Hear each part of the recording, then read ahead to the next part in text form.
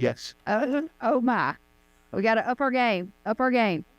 All right. Let's get this browning. Oh, no. I think we would all rather starve than run for office. Elizabeth, we're going to give you a new nickname. It's going to be Rain Cloud. You can't be raining on a parade. Just joking. Just joking. All right. Collis is here. Now we can start. Oh, no. Oh. Meeting started. Sir Collis is here. Okay, before we start any official business, we're full of good cheer today. We would like to swear in our newly appointed student board member so she can participate in our meeting today. Our new member is Miss Maria Nechiva from Southeastern Louisiana University. Maria, did I do good? Did I do well? All right, good. Maria is a senior biology major with a minor in psychology and serves as a Student Government Association president at Southeastern. She is no stranger to higher education boards, as she previously served as a student board member for the UL System Board of Supervisors during 2025 and 2026. In 2026, she also served as the presidential search committee for the University of Louisiana at Lafayette and McNeese State University. You have been a busy girl. Regent Nechiva, please join Bree Golden Phillips in the front so that she can administer your oath of office. Congratulations.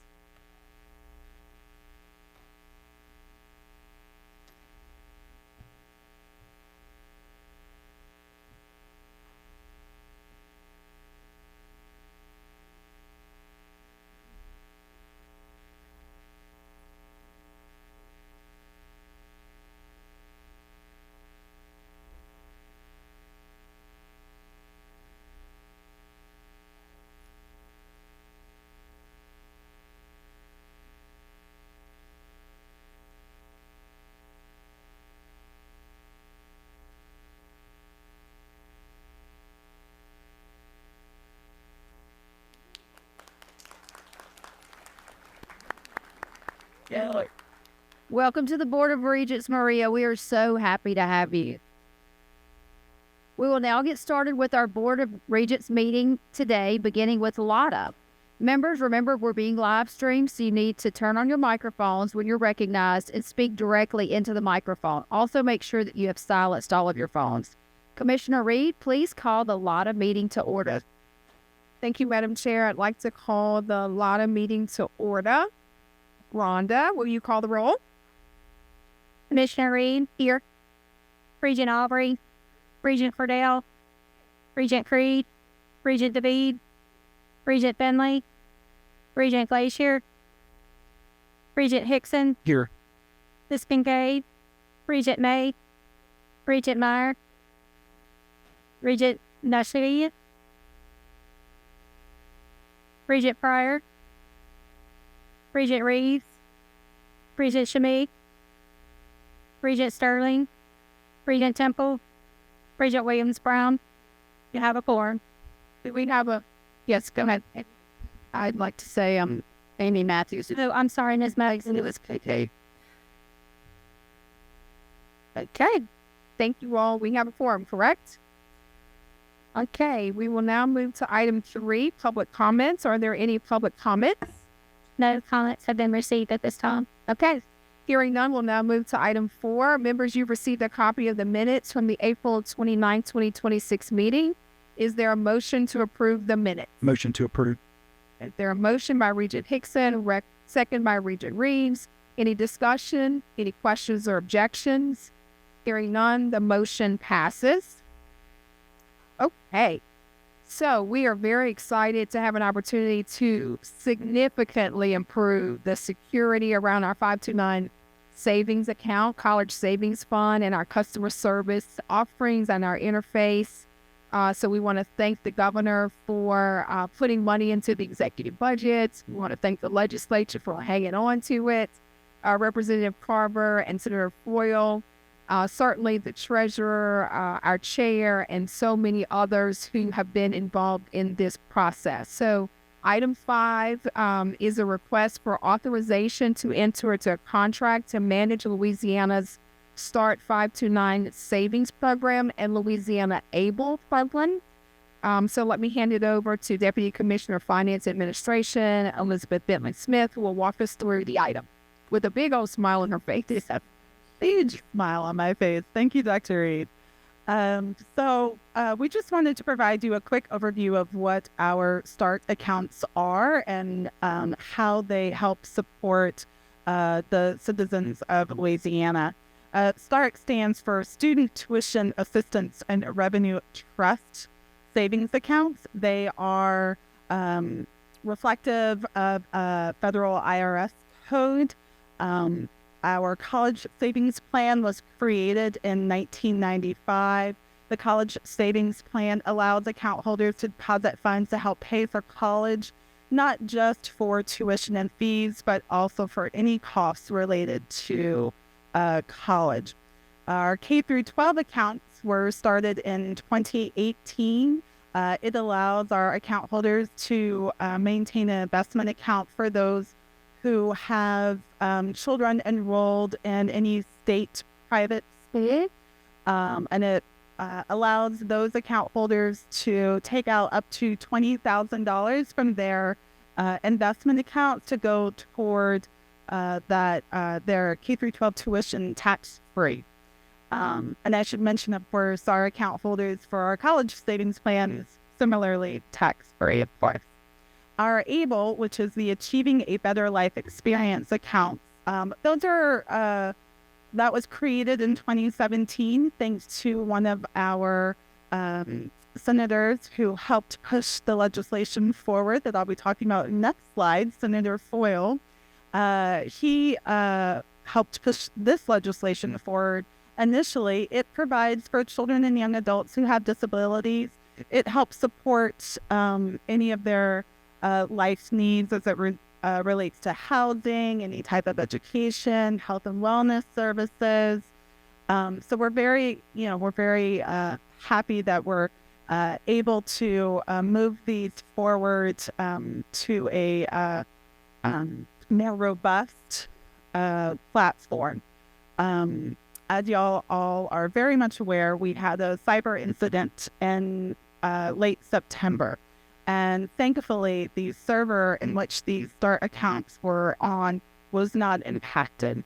I want to make note that we are talking about $2 billion worth of investment accounts, over 80,000 accounts, over 40,000 account holders. So we are so very happy that we can say that the START account, the server was not impacted. So as a result of that, and then working with the Division of Administration and the Governor's Office and the Office of Technology Services, we sought out ways to build or develop a better interface for our account holders. And in doing that, we realized that we needed to change some legislation. And so we reached out to Representative Carver and Senator Foyle, and Representative Carver was very happy and very excited to sponsor this legislation.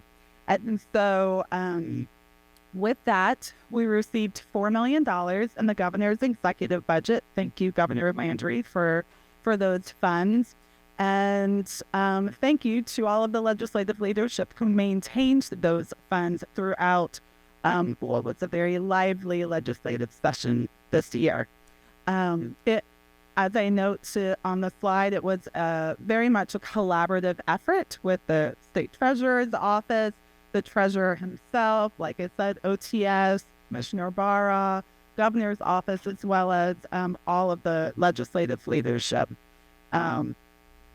So I do want to make note that there is actually an error on the slide because we because the governor signed the legislation in, it should actually read Act 671.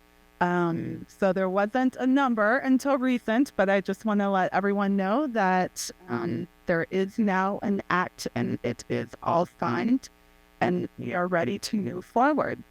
So in moving forward, we are requesting your authority to move into discussions with a third-party software vendor. What we're looking for and what we've been looking for is the ability for our account holders to manage their funds themselves. They know what their needs are. They know what would be best for their investment portfolio, whether it's actions they want to take monthly, yearly, or not at all, and just let the money sit and increase over time. We know that our account holders know what is best for them. We also wanted to find a vendor who has tremendous number of years of experience. So we're seeking to work with a vendor who has over 30 years of experience and has developed platforms for over 40 states. So strong experience and knowledge in this area. We also wanted to ensure that we had a heightened level of state-specific customer service. The vendor that we are hoping to contract with has, like I said, over 40 states. And for each of those platforms, they have individual customer service representatives for those states. Those customer service representatives are all here in the U.S. as well. And those customer service representatives are trained in different languages. So we made sure that they, if need be, would be trained in Cajun French and North Louisiana English. So, so everyone is covered. Regent Hickson wanted me to make sure I said that. With that, we also wanted to ensure that the appropriate regulations are managed correctly as per federal guidelines. And we also wanted to make sure that the vendor that we work with provides the ability for our ABLE account beneficiaries to receive a debit card. That's something that we have not been able to provide previously, and it's something that the account holders are very excited to be able to provide going forward. This allows those beneficiaries the independence that everyone deserves, and it allows them to be able to learn financial management and, to pay for their own needs without having to reach out every time.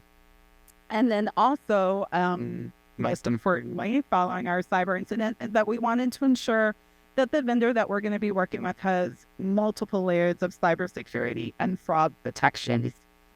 This vendor that we're looking at actually employs a software platform that goes into the dark web and ensures that when an account holder opens an account, that there are checks in place to see if their identity has been stolen. So if this person who's opening the account is truly a person, and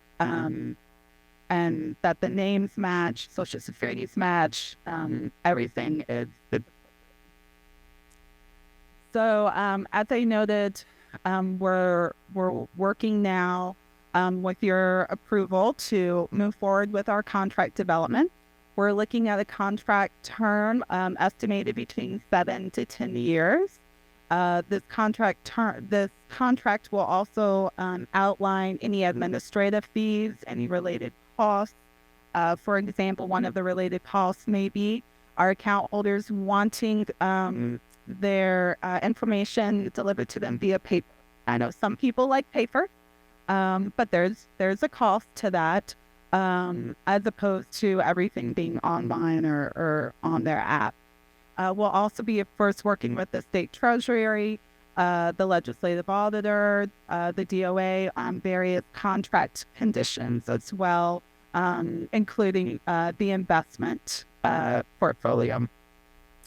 Of course, the expectation is that this vendor will follow all state and federal regulations and that that this vendor will provide continuous systemic and fiscal updates to LADA on either an annual or as needed basis.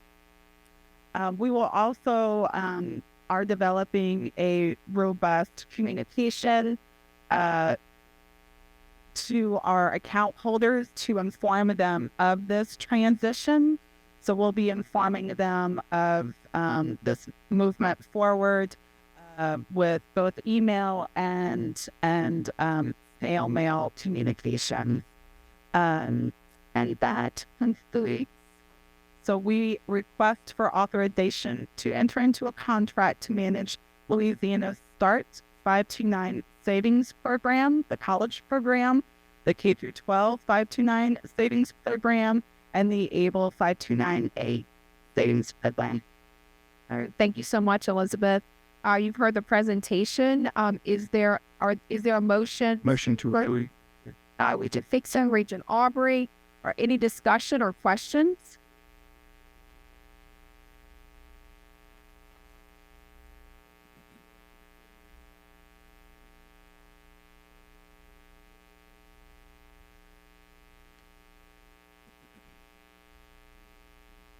Sure. So I'll start from the second part of your question first. That $4 million, currently our account holders are not charged a fee for the management of their accounts. Moving forward, they will be based on what their portfolio includes. But that fee will only be for our college and K through 12 savings programs. Statutorily, we cannot charge fees for those account holders who have an ABLE account. So that is something that the Board of Regents will be budgeting for going forward. That $4 million does cover the initial year of transition to the new platform. So that's the second part of your question. The first part is the timeline for transition is late for the ABLE. We're looking at transitioning them in August, the ABLE accounts over. And for the college and K through 12 accounts, we're looking at transitioning those over the first week in October.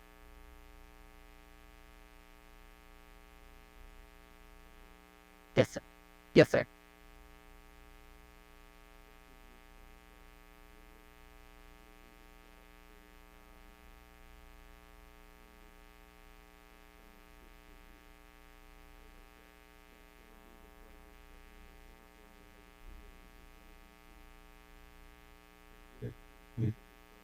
System.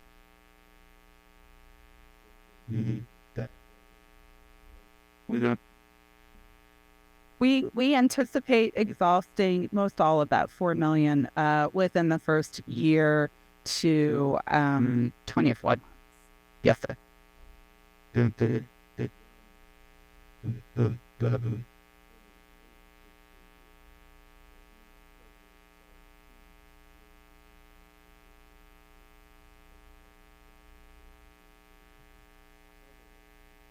Sure.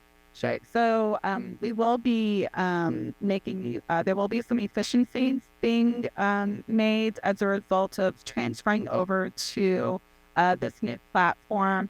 There will be some staff that we will no longer need moving forward. So there will be some savings from there, and those savings will be put forth to any of the subsequent costs related to the transition to the new platform. Yes. I just want to say one quick thing. I'm really appreciative of what you and the staff have gone through to evaluate this entire process. And the comfort level I have with what you've done is hard to describe in words. But I think it's what's going to be best for the people that have these accounts, which is what's going to maximize that money and the potential that will ultimately give them some autonomy in their accounts. Security, which is a huge issue, and then furthermore, it's going to give them, the more dollars they have, is the more educational opportunities they're going to be able to secure. So thank you. And Regents, and I do want to just piggyback on one of the things you noted. No offense to our Treasury, But I know you're the investments person, but by transitioning to this platform, our account holders will actually be making more on their investments than the state permits at this time. So while there will be a cost, they'll actually be making more in the long. Amy, if I'd like to say a little bit more about that, this country manages 40 to 60 billion at a type of company. Thus, their scale gets down to these small costs. So even though we as the Treasury have been doing it for a while, for we were able to factor in some of our lower costs to y'all because of what we were investing on the other side. But otherwise, this will be much better for these people and or for the customers, I should say. And in general, as far as making the investments transition, I started my first meeting with them yesterday. It looks really good. It looks really easy. It's like it's going to be similar product. That's to what we have, just less cost. And then in general, it should be a easy transition for everyone. And they too, like Elizabeth says, will be showing a lot of paperwork and a lot of, making sure everyone understands what's going on. Because there are some rules as to what you can do. Then you don't want them to investigate that. So, thank you. Thank you. And thank you for your hard work and partnership. You've been so fantastic and certainly couldn't have passed the bill without you. I wanted to make sure Treasury was at the table each time we presented the bill, just to make sure that we were covering every item when it comes to $2 billion in investment. So I really appreciate that. So, any other questions?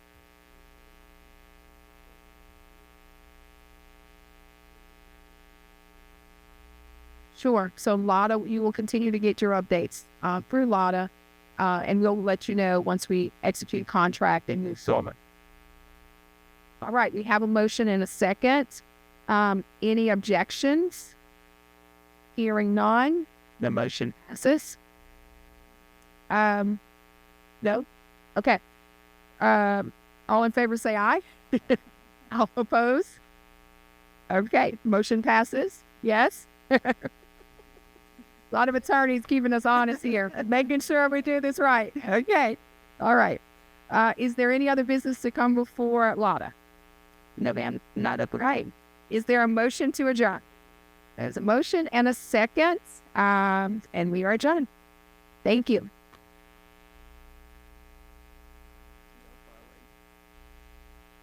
Okay, now we'll move on to our committee meetings. First up will be the audit committee. Members, again, remember we're being live streamed, so turn on your microphones and silence your phones. Regent Williams Brown, will you please call your committee to order?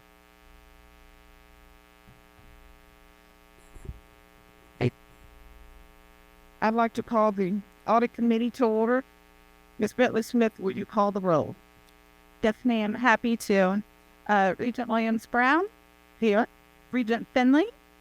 Regent Creed. Regent David. Regent Hickson. Regent Muir. All present and accounted for. Regent Williams Brown. We have a quorum. Thank you. Next up is item 3, the internal audit presentation. We will first hear an update on Eisner Andrews professional services contracts with the Board of Regents, followed by the latest update on internal audits. Members, this presentation is for informational purposes only. Ms. Bentley Smith, please proceed.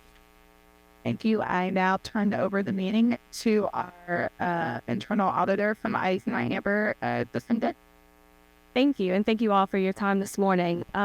Our presentation today is just going to be a status update on our annual internal audit plan. We're going to begin with the contract management assessment that we've been doing, which incorporates all of Regents. This includes LOSFA and LUMCON, and we have a focus on professional services contracts. So to date, we have obtained and reviewed policies and procedures and contract listings from each of the programs or divisions. We've conducted interviews and process walkthroughs. We've completed initial testing procedures, and we've conducted follow-up interviews and walkthroughs as needed. Our next steps will be to wrap up all of our testing procedures and then provide a draft report to management, and we'll hold a meeting with them to discuss the results of our procedures and obtain any management responses to any observations that were identified. And then following that, we will issue our final report. The other item we're going to give an update on are our follow-up audits that were included in our initial annual plan. The chart here is of those that were initially planned for fiscal year 2026. As a reminder, we perform follow-up procedures on any observations that we identify through our audits that were determined to be of moderate or high risk to an organization. So we just follow up on those management action plans that were put in place to remediate any of those observations. So this list is for those that were scheduled initially to be done during 2026, but 3 of those will be deferred to fiscal year 2027 due to different plausible reasons that are documented in our chart here. The LUMCON daily vessel rate is underway though, and it will be completed in this fiscal year. We have recently received our documentation to complete those follow-up procedures earlier this week, and we are hoping to wrap that up in the next couple of weeks. So upon that, a report will be issued upon that conclusion of those procedures, and we will issue that to management team to support.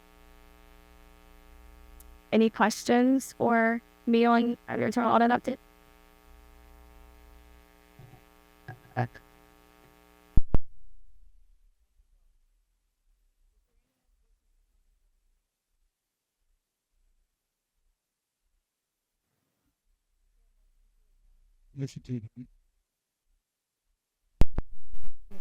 Any discussion?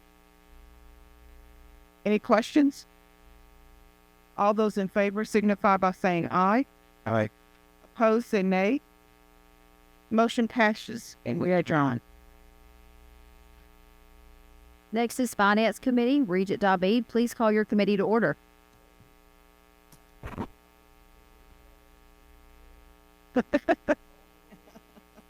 I'm happy to hear Regent David. Regent David. Regent Hickson. Here. Regent Aubrey. Regent Creed. Regent Temple. Regent Williams-Brown. Here. LCTC representative. LSU representative. Yep. Southern representative. And UL representative to Aaron. Wonderful. We have a quorum, Regent David.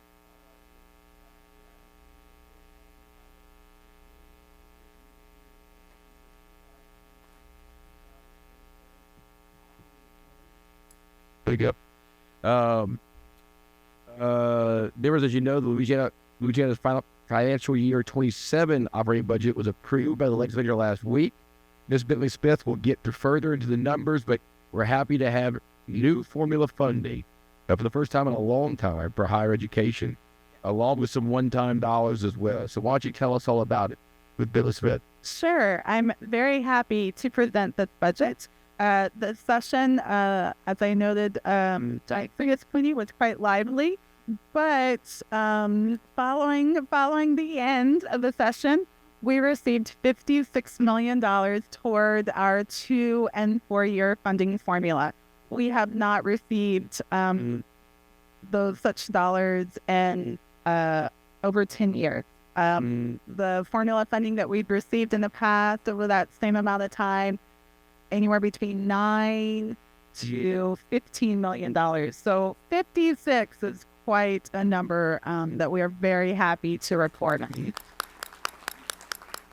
And in inflationary times, the last couple of years, it's been flat, which is Yes, sir. going the wrong direction. Yes, sir. Yes, sir. And I do want to specifically say thank you to Senator Rousse, Chair Womack, Chair McFarland, Speaker de Villiers, as well as Senate President Henry, the governor's office. Truly, it was a very collaborative effort, and we are very grateful for their support of our 2- and 4-year institutions.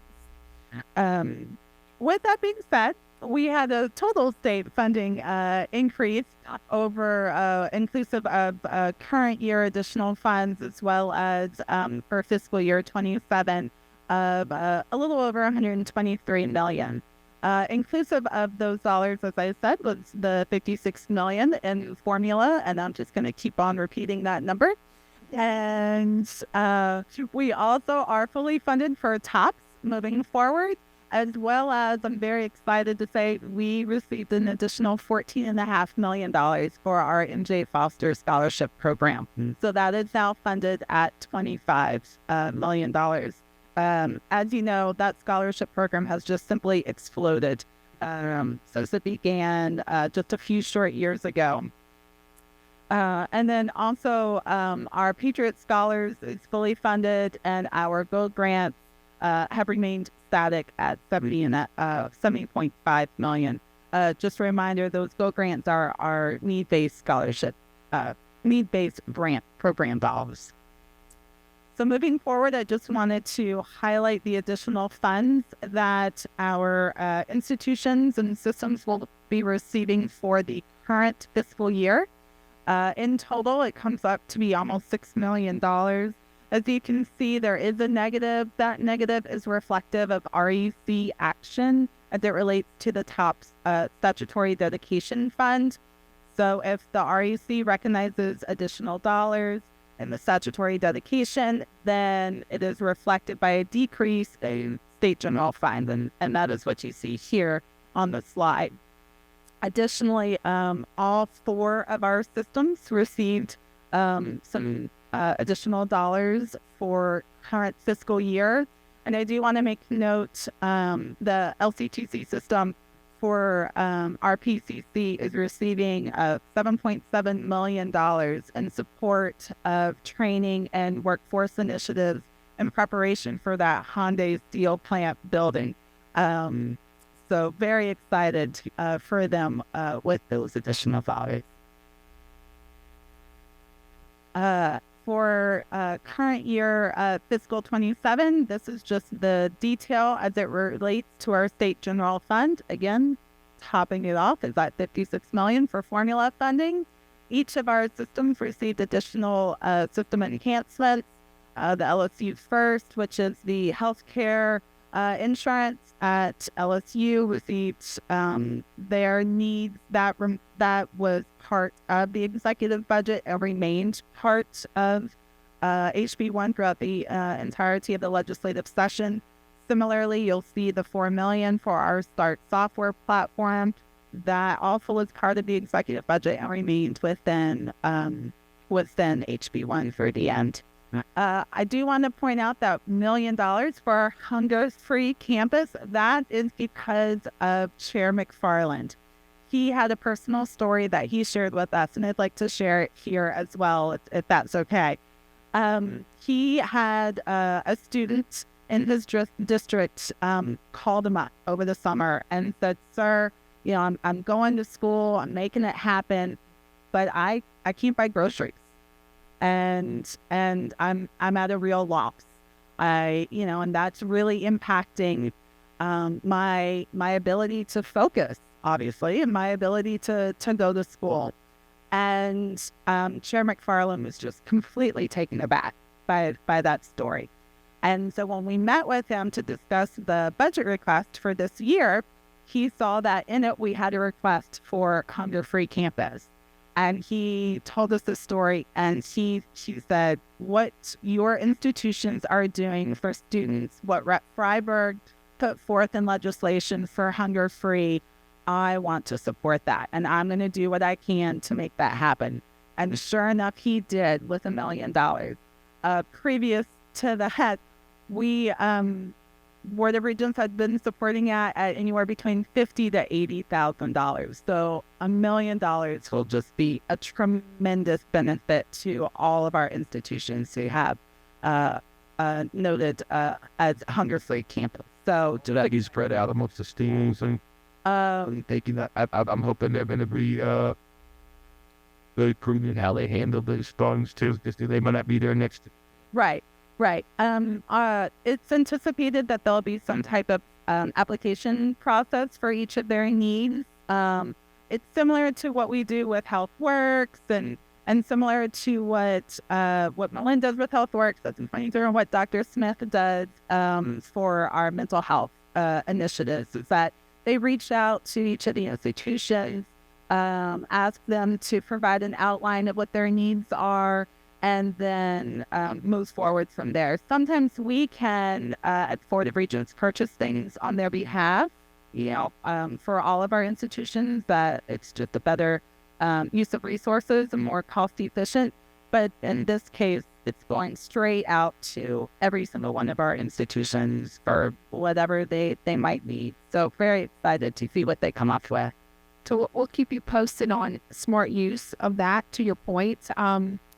We have a great team that works on Hunger Free, and I haven't spoken to them directly, Regent Dobby, but one thing I know in the previous grants was we were trying to make sure every campus who needed refrigeration had refrigeration. So it may be that we try to bring everyone up. It doesn't have certain things that are baseline and then go from there on grant applications, but we will definitely keep you that. And then just a couple of negatives I wanted to point out. As y'all are very much aware, every year the line items that are received during the legislative process are non-recurred, so the adjustment is reflected here for current year, non-recurring of about $49.5 million. Similarly, as what occurred for current year, for next year, there will also be a swap for the funds that REC recognized in the statutory dedication, and then subsequently a decrease noted in the State General Fund. There was a savings for mandated costs through retirement savings, as well as a little for OGV. That is reflective in that $4.2 million. And then LSTEM has transferred to Louisiana Works. So the funding that was allocated for that program has also transitioned over to LA Works, and that reflects that $3 million decrease. But overall, an increase of $65 million for higher education for the coming fiscal year. And this is the detail that it's across all means of finance. I do want to make note of two things. Currently, because HB1 has not been signed yet, that $56 million for the funding formula was appropriated to Board of Regents. So that $351 million in the State General Fund for Board of Regents is inclusive of that $56 million. Once that HB1 is signed, that money is going straight out the door to our institutions, to our 2- and 4-year institutions. Also, currently, UNO is still within the UL system. So the funds related to UNO are reflected here within the UL system. And of course, they will be transitioned to LSU, which we will be talking about later on this afternoon. Also, I just wanted to remind everyone of the management board's authority for each of our systems. They are able to move up to 5% of their state general fund amongst each of their institutions, depending upon the needs of those institutions. That is a management board decision. The system presidents already have their allocations. They are currently reviewing them and will provide that information to us. We will then subsequently provide that information to the Office of Planning and Budget within the division, and they will update that to be included in the appropriation letters that go out July 1st. So with that, senior staff is recommending that the committee approve the funding recommendations for higher education for fiscal year 26-27. And we also are requesting permission to make any adjustments among the institutions within each system as permitted by law. That goes to that 5% that I just spoke about, as well as the allocation of the $56 million to our 2- and 4-year institutions. Thank you, System Smith. Members, you've heard the recommendation. Is there a motion to approve the operating budget distribution for the upcoming year? Second. Therefore, a second from Regent Hickson. Any discussion? Any further questions? More, Regent Pryor. There was a article this morning I was reading on the way up here. The president of Louisiana Technique is criticizing the funding of the formula. We have a response to that, a criticism to that. I don't have any response to his criticism, but in the next slide, we will be talking about a task force that the legislature has put forth to review higher education funding in totality, including the funding formula moving forward. And that will be led by Senator Bates. And Regent Pryor, remember, our formula, it's a collaborative effort. We work with the institutions and with the systems and the UL system. I think good faculty. Chairman's here, but I thought I saw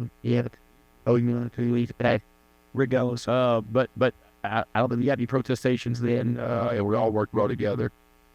So yeah, I haven't seen the article yet, but They allow protestation. it's a fact that there's lots of discussion to be had for sure. I certainly would add that we appreciate the collaborative efforts at work in between our systems and recognize that formula has its actual meeting some areas this week, including not you other know that we respect the process and you appreciate the manner that you stand up here. We do also are excited about our president's ambitions. I have to be recognized that this is a fair and adaptive process. They stand to principle, and I do appreciate your position as well. To about you, then you look at this image, that you're always looking at the boxes. Thank you, Mark. I appreciate that. I do just want to make one more note. In light of our $56 million, which I am very much appreciative of, higher education still remains underfunded significantly. Now with the 56, just $800 million underfunded. So that also goes to some of the constraints with the formula, because we are only able to allocate a finite amount of dollars based on the formula amount. And Regent Pryor, when you look at the austerity measures taken by Louisiana, Monroe, and Lafayette, making the cuts needed, it's work. You just have to make those cuts. One of the things I want to do is also just say thank you to the legislature, to the fact that they worked together. Thank you to the governor for signing that into law, which should come. I'm waiting on it right now, and so I do appreciate that. And so even though there may be disagreement with the formula, some disagreement, some of the disagreement comes from misunderstanding. I've visited with a lot of people about the formula, how it works, how it doesn't work, who was at the table when it was created. And so I do think that is some of the concern, is that there's a misunderstanding of how it's applied. But we're working through that process. And I do appreciate the fact that the legislature and the governor have offered additional funds, which will mitigate the pain that some of the universities would have gone through had the legislature and the governor not come through with that money.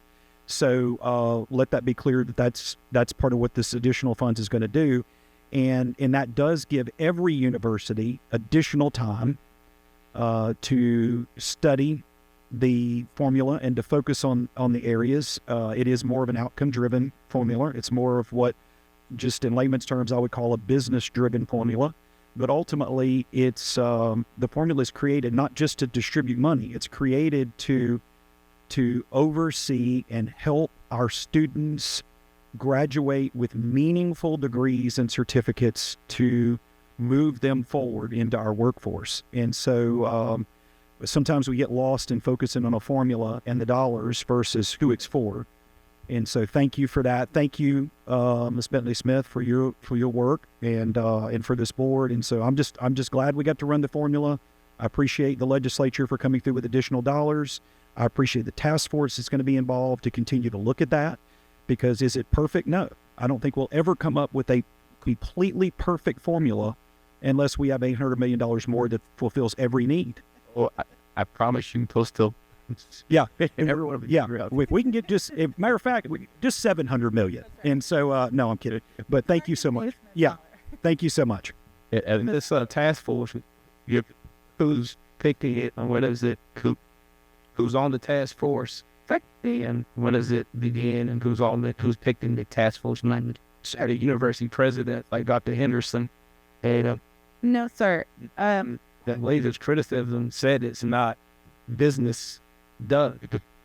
Contrary, look, Before I answer that question, like a business for. that's a question of like the board Richard said. The board law that I had, a document that said not a to education system. If you make it, you just contact the objection. Where an objection is fighting or any other system how you know to put the everything out. I can't remember that specifically, to be honest. Then what the other about something like That's not know what We just recessed the formula recently and approved it, and so anyone will welcome to come and complain and did. And I know that our staff worked with the staff of all the systems collectively to come up with the best workable program for everybody and formula for everybody. And that's what we have. And to be honest, we got a lot of 4-year and 2-year institutions, and if out of all these institutions we get one person complaining this year, that's pretty doggone good. Richard Pryor, I'm happy to move into my next slide, which goes exactly. We adopt those. We adopt I those. apologize. I thought we. Any other? Like I said, I just have to say, I agree that it's not a perfect formula. And when you look at the information before us, and you see where the legislature has appropriated, in addition to the $56 million, if you just start adding all of these, I'm going to call them earmarks, or I don't know what's the focus, one-time dollars, accreditation, $3 million, Louisiana Tech Athletic Conference Realignment, $4 million, SUNO, $3 million, Grambling, $3 million, UL Board itself, $3 million, Southern Board, 2.9. You can get to another $56 million pretty quick. In addition to that, and it just says general operating support, which to me implies anything that helps to operate these campuses. So in addition to a base, it would making sure no institution, even with the new formula, is going to get anything less. Some campuses are going to get more with the new formula, by us running the formula, including Louisiana Tech.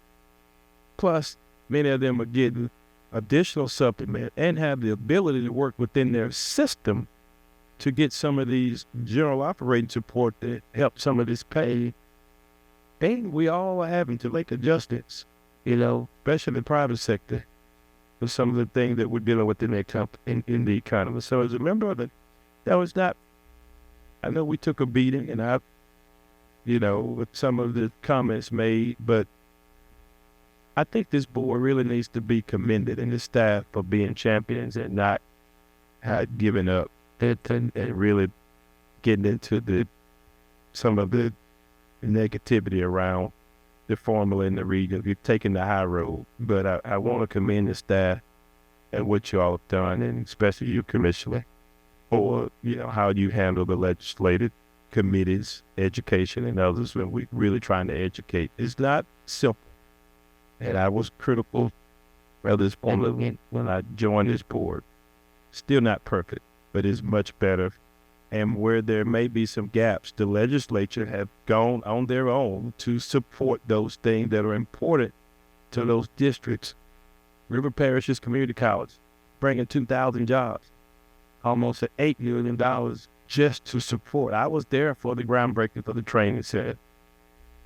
I'll be back. We will continue to invest in a program to make a difference. That's what the legislative process, state public institution is all about. It's not perfect, but we should not hold our heads down. We should celebrate that today that this state is investing more in higher education. And so kudos to everybody, but I just really hope that the systems would work with us, and where there's some opportunity to make it better, that we can do that. I do want to assure you, Commissioner, that our system is and locked in step, working with regents and assuring that. And I think what you've been testament to that formula seems to what my 14 years of service in this bill, given the 5% plus rate that we allowed to shift funds around within our system. I can only call them and spring out a thing. So it seems like there's some equitable historic evaluation and affirmation about the other stuff using a lot of the times just in what's a contingent system.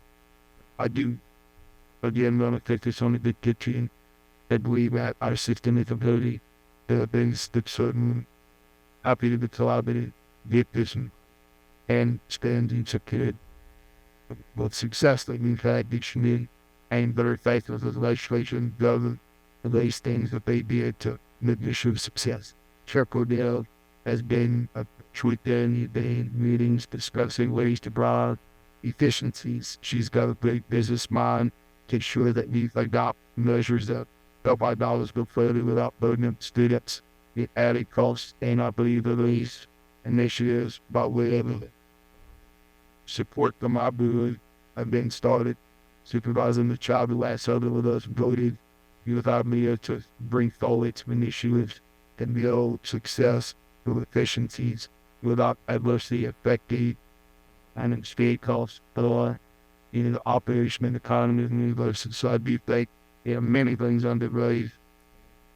And me is the feel like now we have another means of like to back the President Gallo is then starting a job of starting this initiative in betting from seeing some success.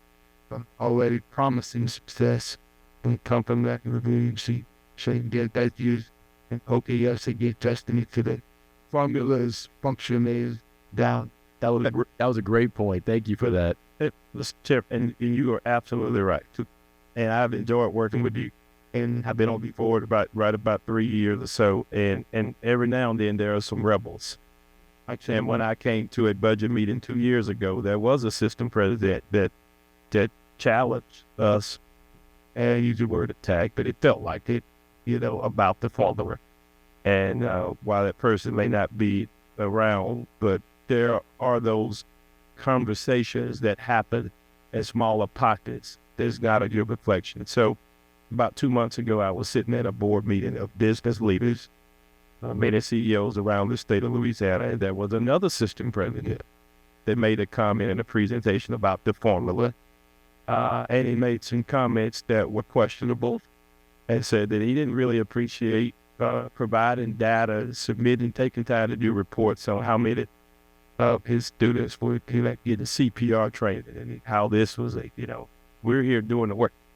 Again, and I've discussed that with the commissioner and we've had that and bring it to that. So, but we need the systems to work with us to help put the message out. It's not perfect. It is better. And that we all pull in this ship together to make Louisiana a better place. We really need that. We don't need to have mixed messages going over at CAP going into the next year's session. This was not a good year for higher education. We should be moving together.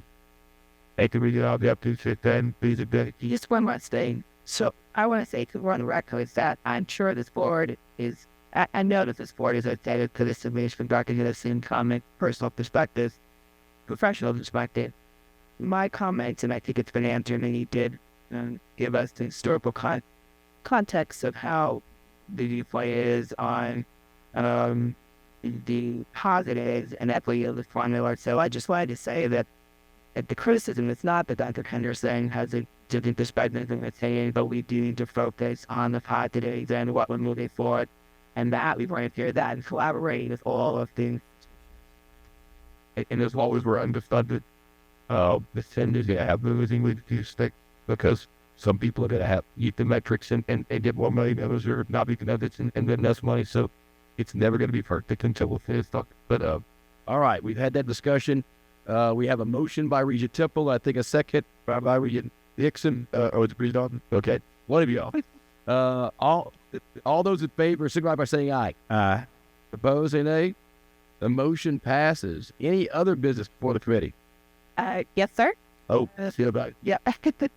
So, going to your question, Regent Pryor, I wanted to just provide a quick overview of 4 bills and resolutions that were passed during the legislative session that have some tremendous fiscal oversight.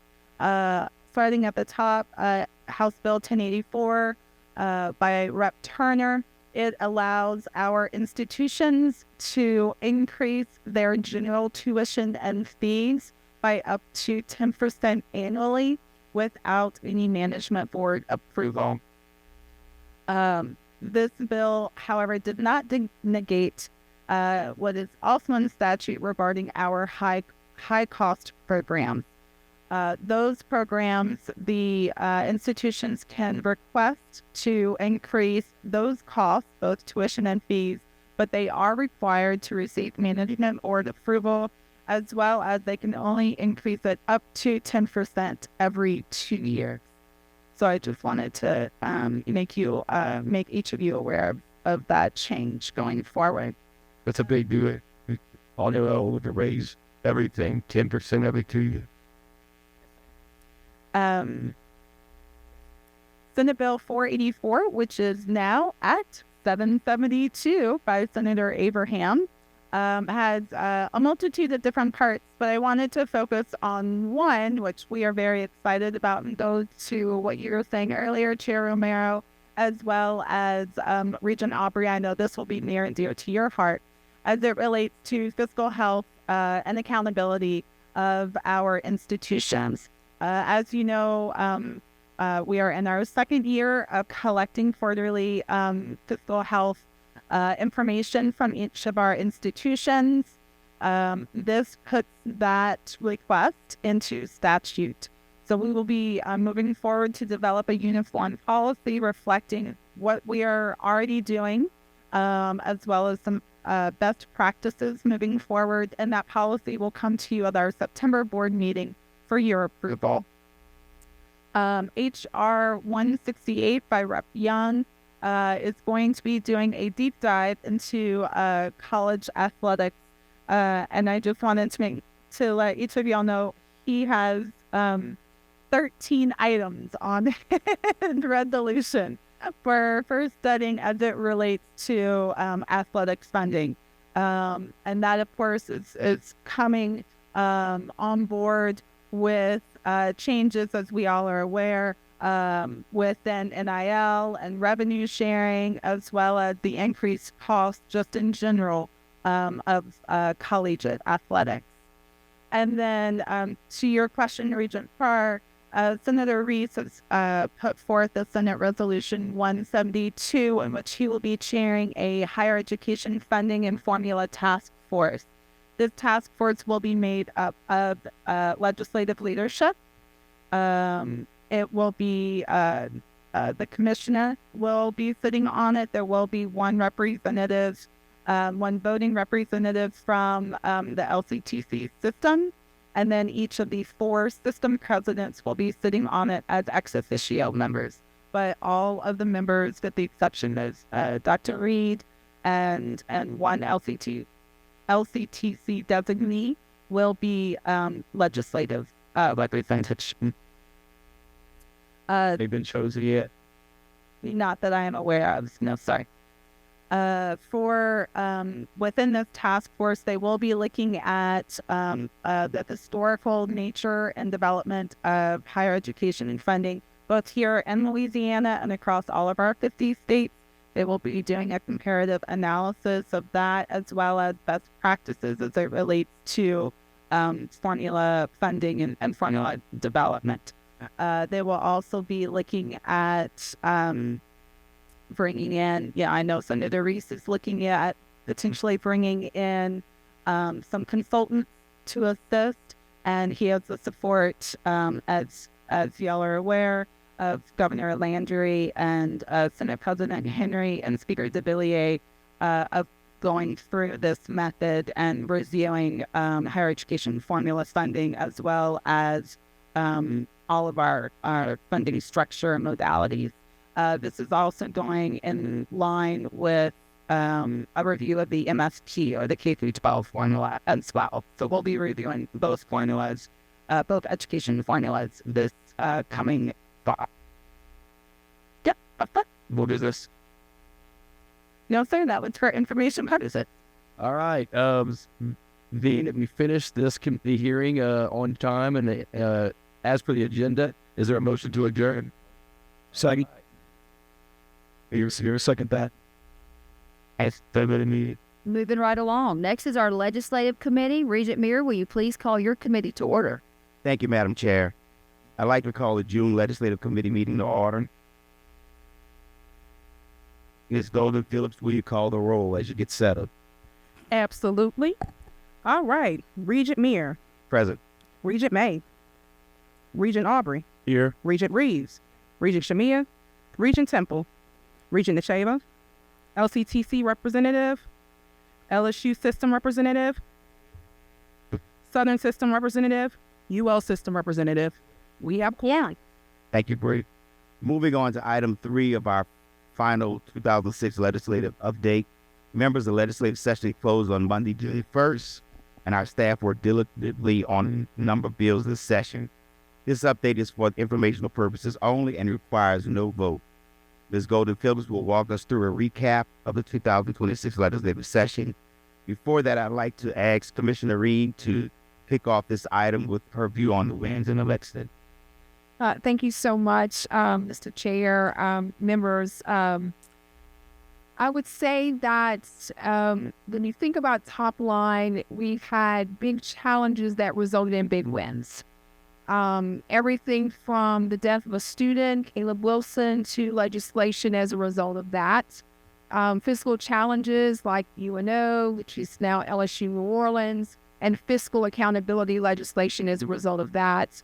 A lot of opportunities in economic development, and now for the first time, TOPS Tech will allow part-time students to enroll, and full funding double the funding for adult financial aid for the MJ Foster program, and as you saw, formula funding as well. So big challenges, big wins as a result, and a lot of big studies. Consequential questions that this legislature has asked the Board of Regents to study. And those are really nested in 2 questions that I think you hear from legislators across the country. What is the value and what's the return on investment? So those are things that we will be working hard on. I think certainly Bree, Phillips Golden, and the entire team for the great work and for the work that we will do in the next 6 to 7 months to meet the mark on the significant studies that we have been asked to do on behalf of the legislature. So thank you for that. Thank you, Commissioner. Bree, you go ahead and make your presentation. All righty. Seeing that I am standing between you all and I think lunch, I'm going to keep it brief and give you a really quick overview of all of the things that we've had to do. We've had a long, 13 weeks of legislative session with a substantial amount of activity going on across the street at that big old pointy building. So with that being said, I'm going to let you know what Regents all has going on, and Elizabeth has already touched on some of that, so I won't go too further in it. As you all know, we have we're going to be on the higher education funding formula task force. We'll be also studying athletic funding at all of our institutions. But also one of the pinnacle conversations that we've been having this legislative session is about the return on investment with our financial aid programs. TOPS was a big discussion point this legislative session, and one of the things the legislators wanted to know is the return on investment in our TOPS, right? What are our students doing? How are they? What are their completion rates? How is the state getting their return on investment in these programs? So with that being said, there were 2 studies that came as a result of this. The top study resolution, which will be looking at the Big 4 award programs, Opportunity Performance Honors, and then, the Big 3. And then there's also a MJ Foster and TOPS Tech study resolution. But in addition to those resolutions, there is something that we have to look at the Board of Regents. HB 1058 is a look on TOPS data, and that was submitted by Representative Bamberg. And it also has an act number, and it's Act 645. So thank you to Representative Bamberg for filing that. In addition to some of the other things that we need to look at and study, HR 144 requests a peer review study on the effects of carbon capture and mixing streams and additional other things. So that's something new that we will be looking at. Additionally, Senate Resolution 176, filed by Senator Beth Mizell, is tasking us to work with ATC to study digital verification, to look at age and identity identification and forms of ID. Now, besides studies, we also have to update a lot of policies, whether it's the Board of Regents updating policies, the management board updating policies, and then the institution subsequently adopting them thereafter. Senate Bill 44, Elizabeth already touched on that. That's going to be requiring a fiscal health policy. The Board of Regents is going to work with the post-secondary management boards on that. HB 636, which is now Act 305, the Caleb Wilson Hazing Prevention Act, by Representative LaFleur, will require the Board of Regents to update our hazing policy. It is a lot of reform to the hazing laws, not the criminal hazing laws, but the hazing education and training that is required at each of the institutions. Another bill that came out of that hazing prevention task force was a bill by Representative McMakin, which looks to change some things within the student disciplinary proceedings at each of the institutions. It changes the standard of evidence. Before this bill was passed and signed, there was a higher standard of evidence in student disciplinary proceedings. Now for incidences where conduct results in death, serious bodily injury, or high blood alcohol content, there will be a lower standard of evidence. And additional institutions will have to update their policies to have extended appeals times and some other additional items that will require changes. HB 649 brings changes as recommendations from our dual enrollment task force. It requires a standardized, uniformed application for dual enrollment, as well as tasking post-secondary management boards with creating uniform tuition rates for dual enrollment. Senate Bill 347 requires changes for power-based violence. It adds the digital creation of sexualized deepfakes, AI deepfakes, to a form of power-based violence now that could be reported to the Title IX offices. Additionally, it requires campuses to provide educational resources up to 4 times a year, basically telling a student where to report, how to report, and just letting them know how the process goes so that they can be educated when something happens. Senate Bill 304 would allow the Board of Regents to create a policy on accreditation. Basically, it will be allowing institutions with management board approval to select a accreditor should they choose. So that is a policy that will have to be drafted, and it will be coming to the board possibly in August. HB 513 came as a result of recommendations from the Name, Image, and Likeness Task Force that Chair Cordell, Regent Aubrey, and Regent Temple sat on.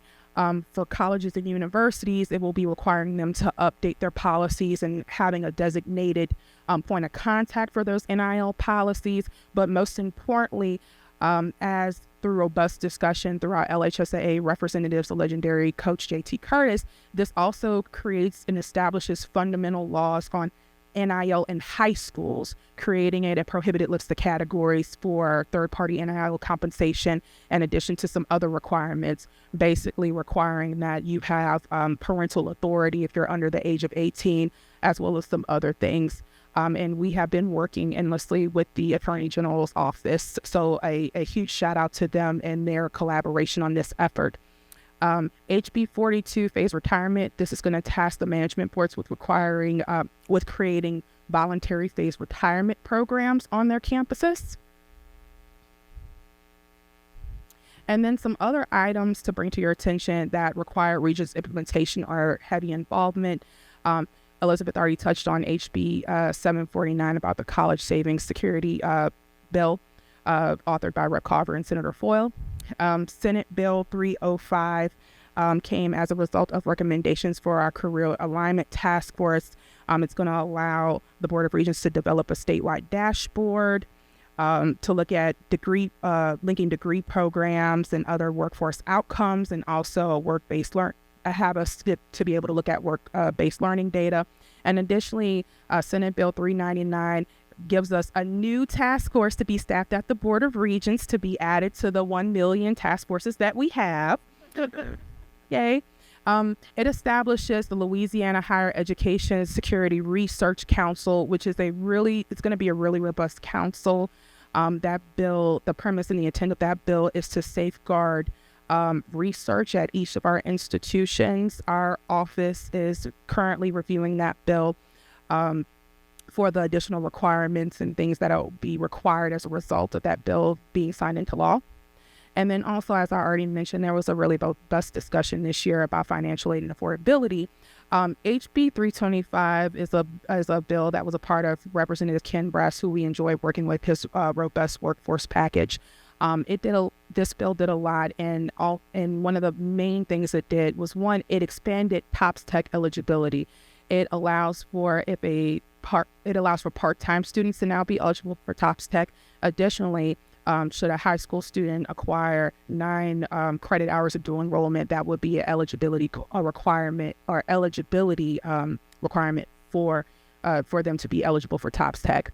And then additionally, HB 407, authored by Rep. Larvadain, as it relates to the MJ Foster Promise Award, and that is going to temporarily freeze the age of eligibility for MJ Foster Promise to 21. As a lot of you may remember, when MJ Foster Promise was first established, it was for adults to be able to go back and get their degree, and the eligibility age was 21 and up. A couple of years ago, Representative Paula Davis expanded that program to allow for 18-year-olds during a phased process to be able to be eligible.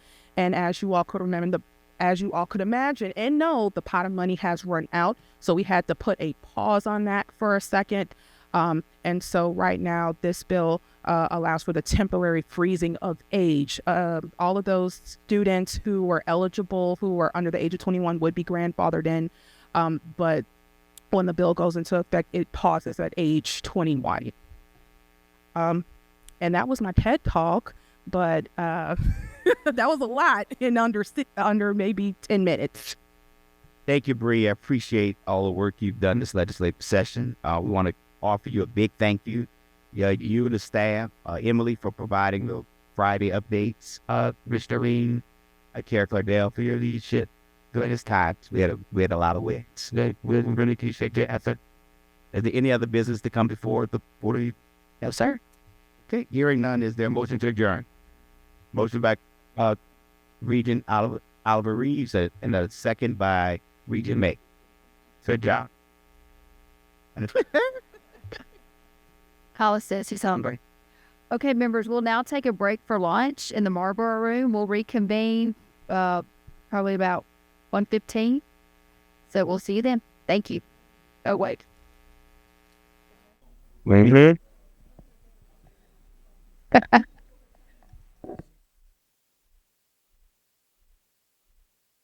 Property Committee. Regent Aubrey, will you please call your committee to order? Good afternoon. Yes, I would like to call the June Facilities and Property Committee meeting to order. Mr. Chris Herring, would you please assist in calling the roll? Yes, sir. Chair Aubrey. Here. Vice Chair Temple. Regent Glazer. Regent May. Here. Regent Meir. Regent Pryor. Regent Shamia. Supervisor Starnes. LCTC Representative. Southern University System Representative. And UL System Representative. We have a quorum, sir. Thank you. We will now move to item number 3 on the consent agenda. We have 5 small capital projects to consider. Mr. Herring, please proceed. Yes, sir. These are 5 projects that were submitted since our last meeting at the end of April. They were all submitted on behalf of LSU. I'd be happy to answer any questions. Otherwise, we recommend approval of the projects on the consent agenda. Okay, all of these come from LSU. Any questions, comments? All right, committee members, thank you. You've heard the recommendation. Is there a motion to approve the items on the consent agenda? Regent Temple? Regent Glazer, second it. He beat you to it. We got another one coming. Any other questions? Any questions? No discussion. If there are any objections, all in favor say aye. Any opposed? Motion carries. Next is item 4, an update on House Bill 2. Members, this is for informational purposes only. Go ahead, Chris. Yes, sir. So I just wanted to provide a brief update on the final posture of House Bill 2 that was passed towards the end of the legislative session. This bill is awaiting the governor's signature as well, but as you can see in the table, there's a summary of projects funded with new state dollars for next fiscal year by system. There are 112 total projects with an appropriation in the bill. Of those 112, 47 are receiving new state dollars, whether that's through bond financing or cash means of financing in the bill. So the total amount appropriated to higher education is around $287 million. Those figures do not include an additional 4 projects through economic development, 2 at ULL, 1 for the River Parish's Donaldsonville facility that was mentioned earlier, and 1 at the Louisiana School in conjunction with Northwestern State on the campus up there. So with those, there's an extra $21 million or so that in new state dollars for higher ed. And we were also successful at the end of the session in securing an additional $19 million in new funding for the deferred maintenance program this year. So that was a great news at the end because it wasn't looking good for a while. And we hope to continue advancing that program forward as we move into next year. I'll be happy to answer any questions on specific projects or systems. So $19 million deferred maintenance, we know what that number is. It's astronomical, but any money towards it. So that's 2 years in a row we've got money towards deferred maintenance, right? Three. And one of the caveats with this year's, since it is, nominal in the grand scheme of things, the appropriation contains a priority $500 million non-cash line of credit. So that will give the institutions to design up to that amount. So realistically, they could over-design with $19 million. You'd almost design $190 million worth of projects. So the goal is to have projects that are shovel-ready next session so that we, the plans are ready and we've demonstrated that we've used these dollars efficiently this year to get things ready for next session. That is the difference from prior years. We haven't been able to advance design like that. And Chris, you and I talked about this, that $19 million and how it would be applied across all the systems or those respective projects. You want to give some feedback on that? So we're still having conversations internally as to what that distribution will look like. I'll say last year we divided it evenly. Last year it was $20 million, so relatively the same amount. And that allows each institution to continue to advance important projects. But as we talked, I'm going to look at it, breaking it out in a few different ways to see what it would look like, and I'll be happy to bring that back to everybody. But if it's just an even split, like I said, the institutions could design realistically $80 to $100 million worth of projects. There will obviously be some things that are ongoing now that will probably be short once they get into construction and bidding that will require some of these dollars to supplement to keep those things moving forward. But I think the realistic goal for having design ready could be in the $80 million range. Okay. All right. Any other comments or questions? That was for informational purposes only. Item 5, other business. Any other business, Chris? Legislative changes? Yes, sir. Quickly, I'll just touch on 3 pieces of legislation that affects capital planning that came out of the session, and I'll start with Senator Abraham's Act 772 that was mentioned earlier that related to the fiscal health. Included within that bill was a language to increase the small capital project threshold that we see in the consent agenda from $1 million to $2 million. So that gives the institutions the ability to pursue projects up to that amount without going through the state selection board process. So that will condense the time down of having to wait on the appropriate selection board, which is usually 2 to 3 months. And in conjunction with that, there are changes to the way the small capital and projects recommended or requested under the provisions of Act 959. Instead of requiring Board of Regents approval going forward or effective August 1st, they will be submitting monthly reports outlining what they're doing each month relative to the provisions under that statute. Tied to the increase for the threshold on doing these projects, Senator Rousse filed and has passed Act 260, which increased the selection board threshold to $2 million. So it was at $1 million before this session. So now the threshold matches the selection board threshold, which, like, again, should make things more efficient and effective for moving these smaller projects forward. And the final item is House Bill 755 by Representative Turner. This one is awaiting the governor's signature, but it establishes the use of indefinite delivery, indefinite quantity contracts for professional services. So similar to the job order contracting bit that was passed last session as it related to contractors, this allows for the hiring of multiple design firms, and you issue task orders for design projects. And you, again, you're cutting out the selection board process once they're selected originally. They'll go to selection board for the original selection. And then as you move through the year, they can hire firm A, 2 to 3 to 4 times a year to advance projects, as long as they don't exceed 50% of the projects issued during a given year for particular institutions. So all these pieces of legislation are going to further expedite and make things more efficient when it comes to execution of smaller capital projects. So in essence, we should expect to see, and from an approval process, fewer projects from the small capital projects. Yes. And in the other case, we'll just get reports and maybe they'll be provided to the committee, like for informational purposes only. Yes, that was my intention. And the 959 projects are few and far between. So, we may get a handful a year through those provisions. But yes, I'm going to put together a reporting template to distribute to everybody, so everybody's reporting the same way going forward. All right. Any other business? No, sir. Is there a motion to adjourn? Regent Meir? Regent Temple? Any questions, discussion, objection? Hearing none. This meeting is now adjourned. Thank you.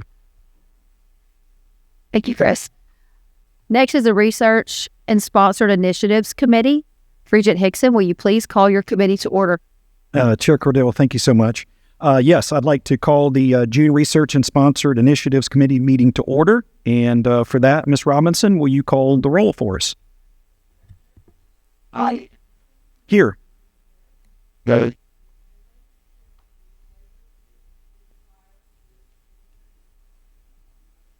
Thank you so much.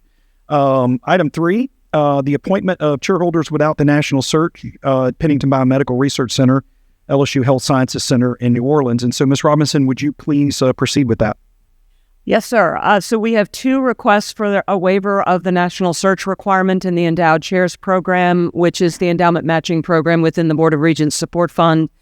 Pennington requests to appoint Dr. Corby Martin, who's a full professor and associate executive director of scientific education and director of the Ingestive Behavior Laboratory, to the LPFA Endowed Chair in Nutrition. And LSU Health Sciences New Orleans asks to appoint Dr. Stephen Hernandez, who is an associate professor and residency director in the Department of Rhinology, Head and Neck Oncology and Skull-Based Surgery, to the Daniel C. Nuss Chair in Skull-Based Surgery.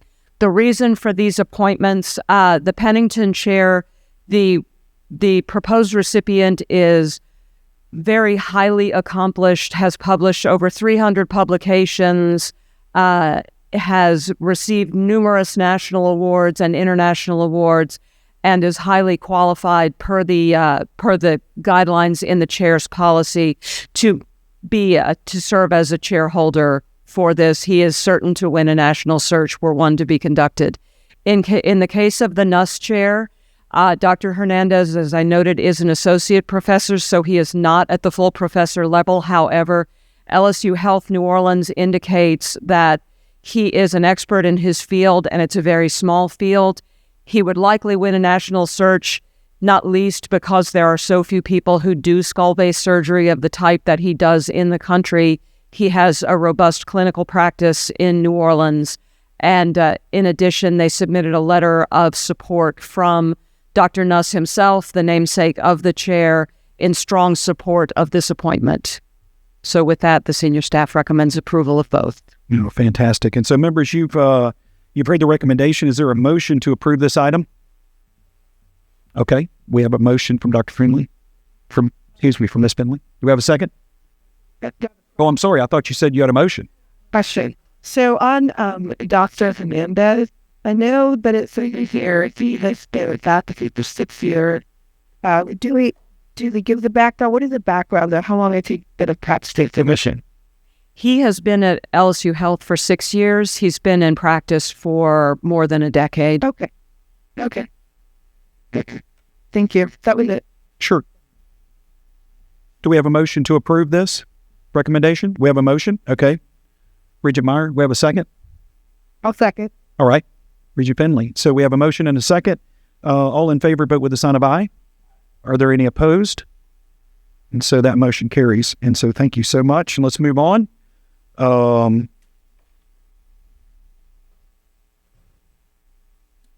think we're moving to other business. Is that correct? Yes. And so is there any other business? Ms. Robinson is going to update us on the Board of Regents support fund. So thank you. So I just want to, before you do that, I want to commend you. You have been so professional, level-headed through all of these different challenges, and watch you go through these different challenges and things, as well as the staff of the Board of Regents. And so anyway, I'm looking forward to your report, but thank you for who you are and for how you've handled all this in such a wonderful and professional way. Thank you, sir. I'll turn it over to you. What I wanted to do today was just give you a very brief update on where we stand with the Board of Regents Support Fund. As I'm sure you all know, Constitutional Amendment 3 did not pass on May 16th. That means that the support fund continues on. The fund was not liquidated, and we're continuing on. As you may remember, back in June, this time last year, the board approved a revised budget for fiscal year 26. The reason for the revision to that budget was the uncertainty around the support fund. We wanted to make sure that we did not overcommit to new awards and that we prioritized funding for the endowments, which are over-obligated and would be an issue going forward if the support fund were to be liquidated. So we have done that process. You approved those recommendations back in March, and now we are looking at fiscal year 27.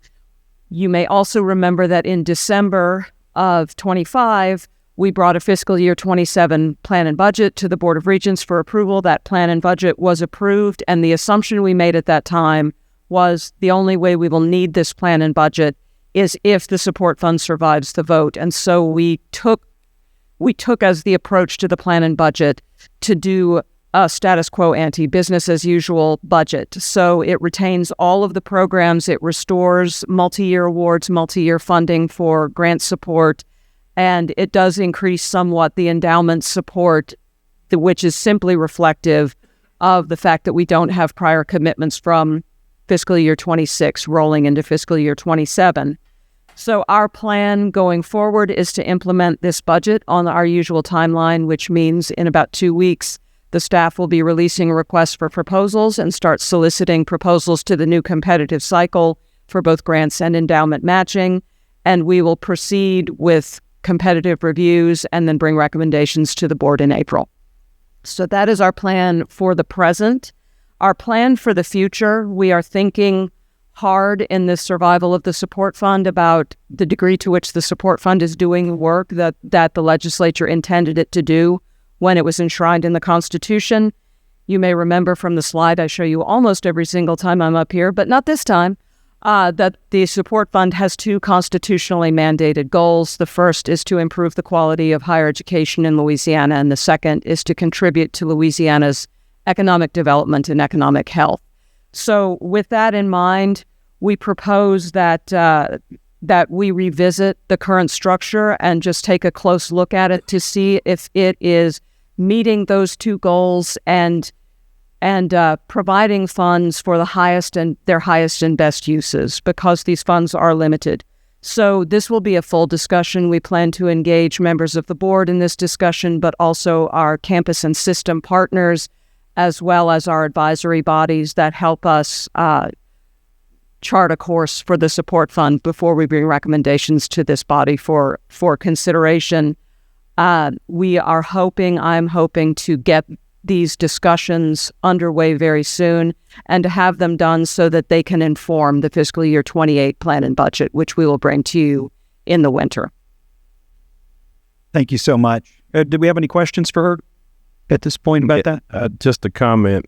I think that is very timely. I think it is very fitting that we have those conversations. I would like to be a part of it, and I would like to recommend that we engage the leadership at Louisiana Economic Development, whatever their new name is, to be a part of that conversation, because these are unprecedented times in terms of what's happening. You said the two goals, and the one about alignment with economic development. It is real. $100 billion of capital investment happening across the state.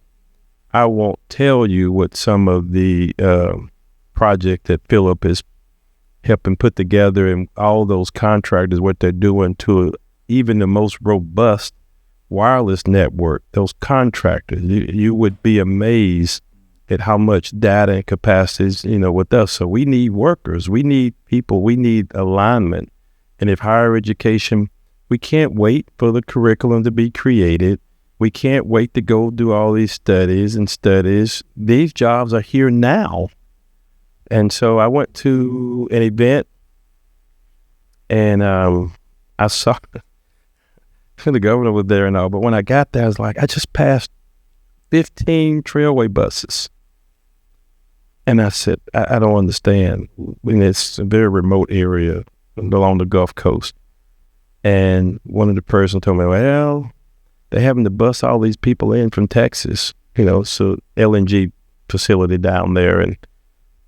And just to imagine all these people coming from southeast Texas, coming over into Lake Charles and catching buses from a lot to go down to work. I mean, we need to employ Louisiana. We got to get our people ready.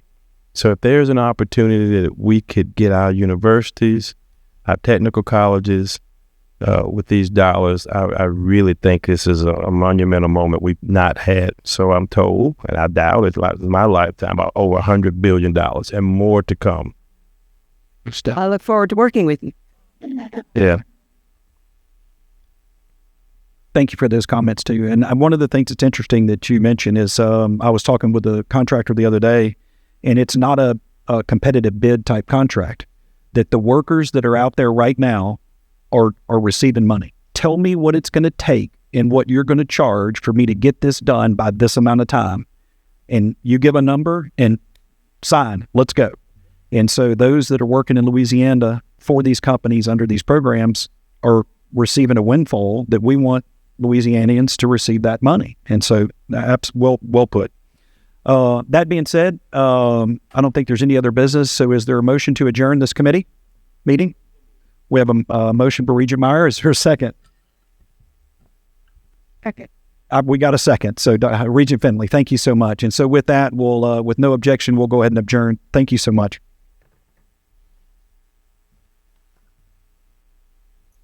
All right, next is Statewide Programs Committee. Regent Reeves, will you please call your committee to order? I will. Thank you very much. I'd like to call the June Statewide Programs Committee to order. Ms. Robinson, will you call the roll? Yes, ma'am. Regent Reeves? I'm here. Regent Pryor? Regent Glazer? Here. Regent May? Regent Sterling? Regent Nachipa? You have a quorum. Thank you very much. Okay, first thing on the agenda is the consent agenda. Ms. Lively can proceed. Let's see. So the only thing that we have on the consent agenda today is the normal types of exceptions that y'all see almost every time we present in statewide programs. These are the exceptions where students have a what had happened was circumstance that do not go through the objective committee at the office. And I'll be happy to answer any questions if y'all have anything. Otherwise, the LSPA Advisory Board recommends approval of the consent agenda item. Is there a motion to accept the consent agenda? No. Moved by Regent May. Is there a second? Oh, very good. Thank you. Any further discussion? Then the motion passes. Is there any other business before the committee? No. Hearing none. Is there a motion to adjourn? I've got another motion. All right. Is there a second? All right. Any other discussion? Then we are adjourned. Thank you. All right, moving right along. Our next committee is Planning, Research, and Performance. Regent Glazier, will you please call your committee to order? I'd like to call the June Planning and Research and Performance Committee meeting to order. Ms. Fred, would you do roll call? Yes, Regent Glazier. Regent Williams Brown. Regent David. Here. Regent Hickson. Regent Meyer. Regent Reeves. Regent Shavea. Did I get it? Okay. You have a quorum. Thank you. The first item is the consent agenda. That is correct. The only item on the PRP agenda today is the consent agenda, although it is a lengthy consent agenda. This is made up of academic license applications and recommendations from the Advisory Commission on Proprietary Schools from their May 2026 meeting. First, we have 2 initial academic applications from Grand Canyon University in Phoenix, Arizona, and Texas State University in San Marcos, Texas. We have 6 renewal applications for the initial or for academic licensure. And then next is the Advisory Commission's recommendations. We have 2 Associates of Occupational Studies degrees for Blue Cliff College in Metairie. We have 3 recommendations for approval of initial license applications for Stepful from Detroit, Michigan, RX Tech from Shreveport, and Med-Era Technical Institution from Hammond, Louisiana. And then we have 43 renewal applications for proprietary schools recommended for approval for the Commission on Proprietary Schools. And senior staff recommends approval of the items on the consent agenda. Okay, is there a motion to accept the consent agenda? I'll motion to approve. Motion and a second. Is there any further discussion? Hearing none, the motion passes. Any other business? No other business. Hearing none. Is there a motion to adjourn? Motion to adjourn. Motion made and second. Is there any further discussion? Any questions or any objections? Hearing none, we are adjourned. Okay, our final committee is the Academic and Student Affairs Committee. Regent Sterling, will you please call your committee to order?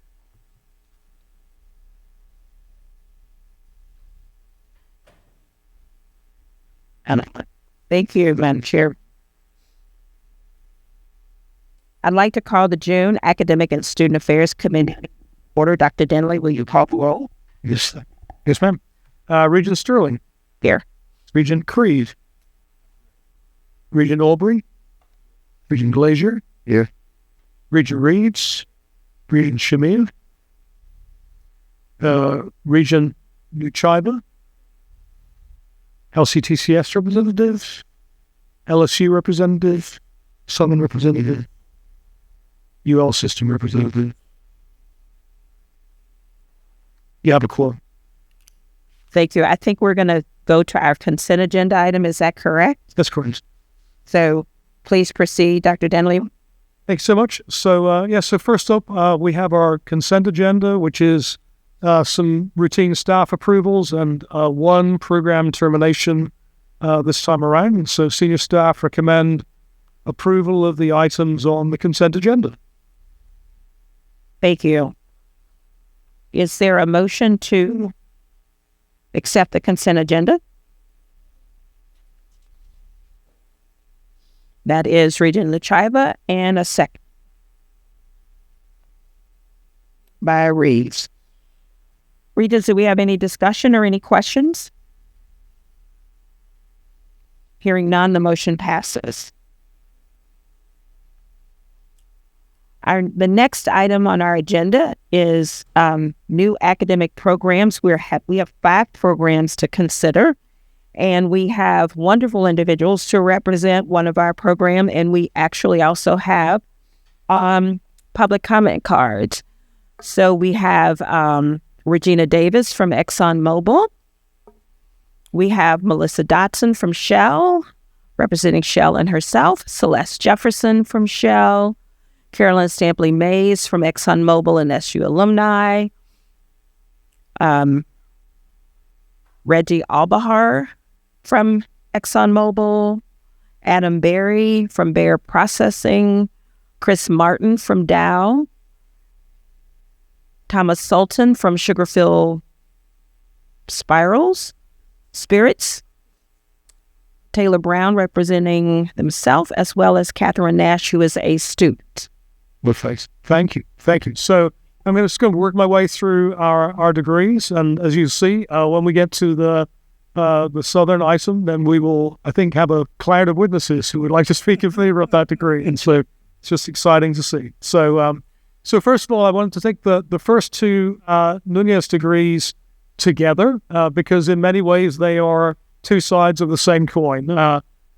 This new program at Nunez is really building on an existing technical diploma program that they have in construction management. They would like to create a construction management and technology associate degree, but an associate degree in 2 flavors. So first of all, an associate degree that is an AAS degree.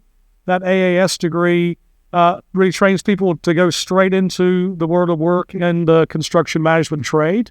The AS degree is a transfer associate degree, and that transfer associate degree is exactly designed as the name suggests, to allow students to transfer to a 4-year institution. And we have 4-year institutions who already have a bachelor's degree in construction management, and that degree is specifically designed to dovetail with that.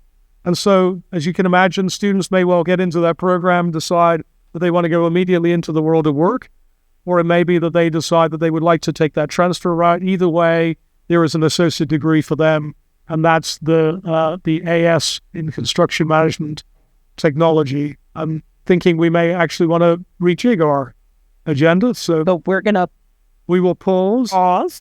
Allow President Rousse to present. President Rousse, please come see. Yes. Welcome. We're happy to have the President Wade Rousse with us to give us an update on the UNO transition, as well as all the great things going on at LSU. Welcome. Thank you for joining us today. Thank you. Thank you so much. I apologize for being out of breath. Madam Commissioner and Madam Chair, and thank you so much for having us. We have a lot to say and a lot going on that's really exciting. So I was just trying to inform the entire world that we're going to change the way we educate Louisiana through excellence and accessibility at a previous event. And I dramatically underestimated the time of getting on the interstate. Still learning Baton Rouge in a way that has been quite humbling. You would think if you could write a multivariate macroeconomic theory paper, you could figure out the traffic in Baton Rouge, but I have not figured that out yet, so I apologize for that.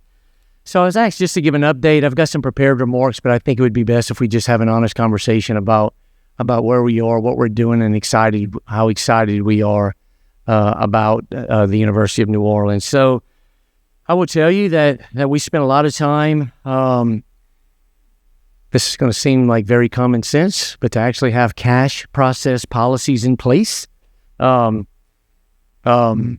not. And for us to be able to take the fundamental first step, we had to truly understand cash balances, payables. We're very, very thankful. When I say we, the University of New Orleans, which I am an alumni of. My first master's in finance came from the University of New Orleans.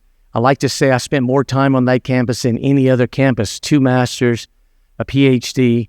And the reason is it took me 7 years to get a master's at the University of New Orleans, because back then, that was before online, you could take 1 class a semester and get it done in 7 years. Well, I took the whole 7 year to get it done, and taking 1 class a semester. And so it's near and dear to my heart. So as we took it over and began to think about how it would come into our system, the way my brain works is you truly have to understand your cash position. And that's more than just knowing what's on your checkbook, right? That's knowing what's payable, what's coming in, being able to forecast what's coming out to make sure we can get to the end of the year with cash balances that are there and not needing to go back to the state and ask for special assistance. We are very, very, very thankful to the state for the $20 million injection of last year. The majority of that was spent on old payables, basically on bills that were owed. So that allowed us to get that paid and get in a position where we can move forward. Again, you'll learn very soon, I'm harmfully transparent to myself. The commissioner knows that, but I think that's the way we do this. And once we had that paid, it was really difficult to figure out. We had 3 things we needed to do that the legislature asked us to do. They want to do a real estate assessment, come in there and figure out ways to monetize the real estate. If that was to present itself, we were going to do an academic assessment. Again, this is what the legislature asked us to do and perform a report on. And the last one was a financial audit. Again, being painfully transparent, the auditing firm would not label it an audit. More, they would just label it an overview because they didn't feel confident at the data that they had received that they were willing to label it an audit, which told us as we were taking this thing over, we had to do a deep, deep, deep dive into the finances of the university and specifically into the cash position. And we have done that. We have processes in place, and it took us a little longer than anticipated, but we now have that in place. The next big hurdle that we start thinking about, when I think about UNO, I think about 3 basic pillars. Cash balances and finances are certainly one. The second one is right sizing as a percentage of our student population. I've got some data here I'm going to read to you in a little bit, but we have started to eliminate some programs that have little ROI on them. These are never easy decisions, but again, when it comes down to managing a cash position, we've got to figure out what are we doing that ultimately has the biggest impact on our community about future workforce, but also how do we keep the doors open. So we had some low completer programs that we have taught out. A total of 9 have either been taught or in the process of getting taught out, or major renovations to that. And the third piece of that pie is truly, can we look for alternative revenue, looking at different ways to monetize the real estate that's over there in the lakefront. So we have started our 3 components, which is only since we started. And I want to thank my dear friend and colleague, President Rick Gallo. Technically, everything falls underneath Rick right now. And we've got about 2 months, when we were about 2 months before July the 1st, he and I are dear friends, talk a lot, and he basically said, you know what, go. So he gave us the green light and has supported us to make some hiring decisions and some restructuring decisions for his board that allow us, what we think, to put ourselves in the best position come July 1st to succeed. So just a recap of some of the things that we've done in the spirit of those 3 buckets. We've reduced the physical footprint of the campus from 2.9 million square feet to 2.5 million square feet, which results in approximately a $2.1 million savings in terms of expenses. So electric bills, keeping things running, the things that you don't think about. Our deferred maintenance was dropped by several $1 million when we took those buildings online. These are, again, not easy decisions, but decisions that we had to make. We also leased out one of our buildings to a local high school there, and I'll give you those numbers in a second, to generate alternative revenue. The buildings that were taken offline, there's no pretty way to say this, but we've instructed, I'm going to introduce a leadership team. When I keep saying we, it's really them, that We've instructed the remaining facilities. If you need an air conditioned pump, if you need a doorknob, if you need whatever you need to go get it off of those 2 buildings that we have taken offline. Again, trying to think in the most practical way we can to make sure that we are there for a long time to change people's lives. But if you run out of cash, you run out. And we are laser focused on those 3 buckets. And that's some of the things we've done so far over the last 2 months in regard to the physical location. We all have a goal. Those of you that know me, I'm very metric driven. We have a goal to get back to 6,000 students in the fall. We are laser focused on that goal. We have, again, because of Rick Gallo's support and our enrollment management team in Baton Rouge, we've been in contact with the enrollment management team in University of New Orleans. So students who maybe did not get accepted into the A&M campus, we have taken their applications and pushed them to the enrollment management side in University of New Orleans. We think that's having a positive effect on enrollment. Ultimately, enrollment's dollars, and that's one of the many synergies that we think we can get from the University of New Orleans being part of the LSU system. So we're laser focused on 6,000. Our early indicators show that we're going to get there, but we're knocking on wood every chance we get. We have a budget built for 6,000 in the fall that would allow us to have a cash balance and get through the following year and start to rebuild to what we think can be something incredible. In addition to that, we have strengthened our leadership team, again, because of Rick's ability to allow us to start up and running. We've had some downsizing. We've had some restructuring. We've put our leadership team in place in finance, advancement, public safety, athletics, enrollment, and academic support throughout the system. At this moment, I also want to thank Dr. Kathy Johnson. Dr. Johnson is leaving and going up to, I am drawing a blank, St. Louis University, I think, and she's going to do a remarkable job. She inherited a situation there that I don't envy anyone having to do. There's still a whole lot of more work to do, and we're going to get it done. But she inherited a position, and we're thankful for her support of Jeanette, who's the interim chancellor here today. I'm going to introduce at the end to make us be able to put these things in order. Now, I say that, it doesn't sound like maybe a whole lot, but this is all in 2 months from the time we basically said, let's roll. We've downsized the physical footprint again from 2.9 million square foot to 2.5 million. That saves 2.1 million in annual financial benefits to the university. Also takes a bunch off of our deferred maintenance. Again, we streamline academics to high ROI programs or higher ROI programs, and we're in the process of teaching out or sort of reinvigorating 9 of those. We also went to the market on our bond issuance, allowing UNO to be part of the LSU system. The lenders appreciate and respect, and we were able to renegotiate a bond issue that was down there in terms of terms, and the length is the same, but what it allowed us to do is to manage that cash position. Ultimately, we got to manage the cash position. So by rethinking our debt and taking advantage of the LSU brand, we were able to reissue debt in a way that allows our cash balances to be positive, ultimately get us to the end of this year, which, again, to be completely transparent, 6 months ago, I don't know that we had enough cash to get to the end of this academic year. And more importantly, to put us up in a position to make sure that we can start the rebuild next year. And ultimately, that comes down to cash management processes, which we spend a lot of time on, and we feel very, very good about where we are.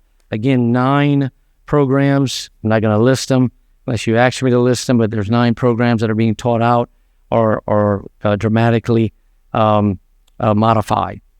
Again, the bond issuance was a big win for us, allows us to improve our cash position. Leadership that we've replaced the CFO, Norman's here today. We've replaced the athletic director. I don't think Mike is here. Executive Director of University Advancement, again, because Rick Gallo giving us the ability to move and get ready for July 1st. We've been able to make these key changes in key administrative positions. Executive Director of Safety and Emergency Preparedness. We are very excited about hiring a band director. This is not all about cuts. This is about culture and understanding who we are and how do we leverage and how do we get people excited. So we announced, the chancellor announced the band director this week, I think, and we're excited about having kids coming back to where else should we have the most prolific marching band than Louisiana State University, New Orleans. And we are committed to changing the culture, and that plays a big, big part of that. We also changed the chief of police, and our provosts and deans are truly working to figure out the most ROI on faculty lines that are out there.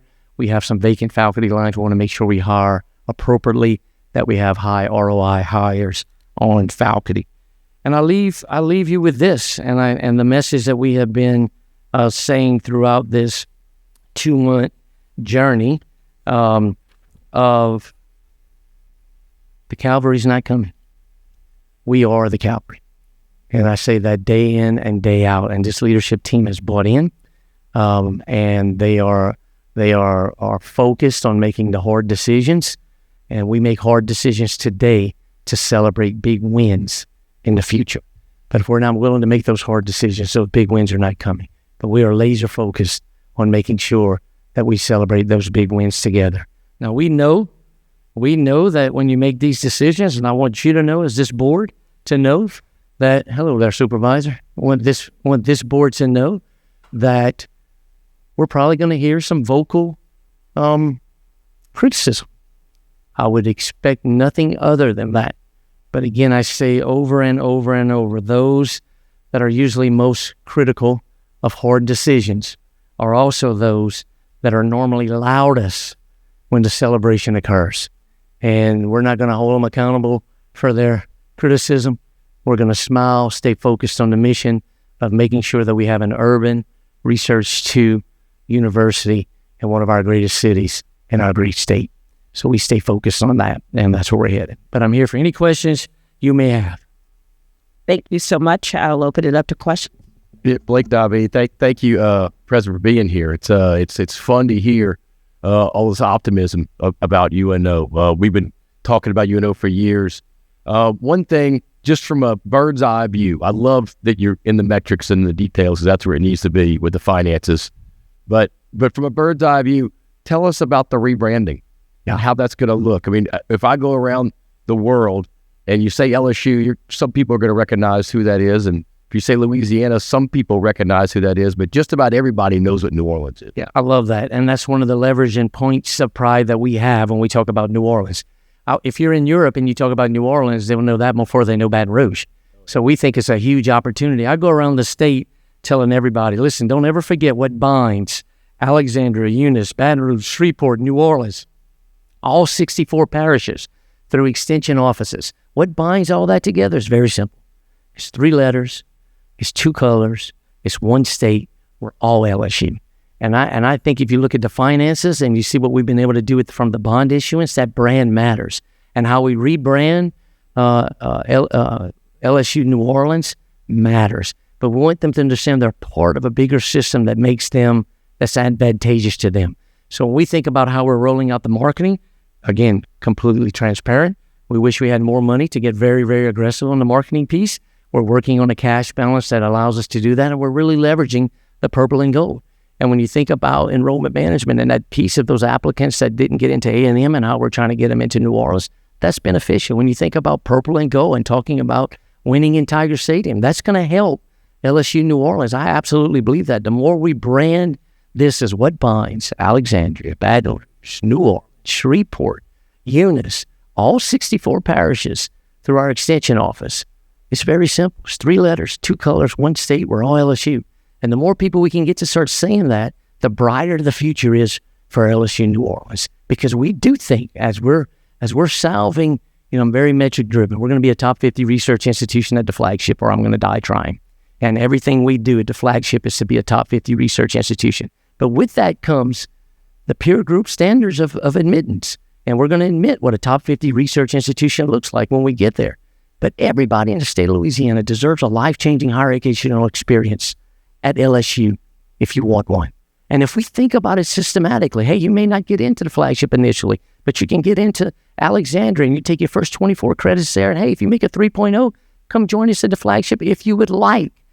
The other pathway, the clear pathway, is also very, very important. I gave a very similar talk about like this yesterday to Alexandria.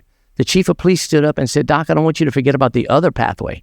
I've got twin daughters that go to Baton Rouge, and they're miserable, and it's too big for them, and they're intimidated. They're coming back to Alexandria. Smaller classes want to be a part of this. And the point is, we've got to be clear in our metrics. This is what it's going to be at the flagship. This is what excellence looks like.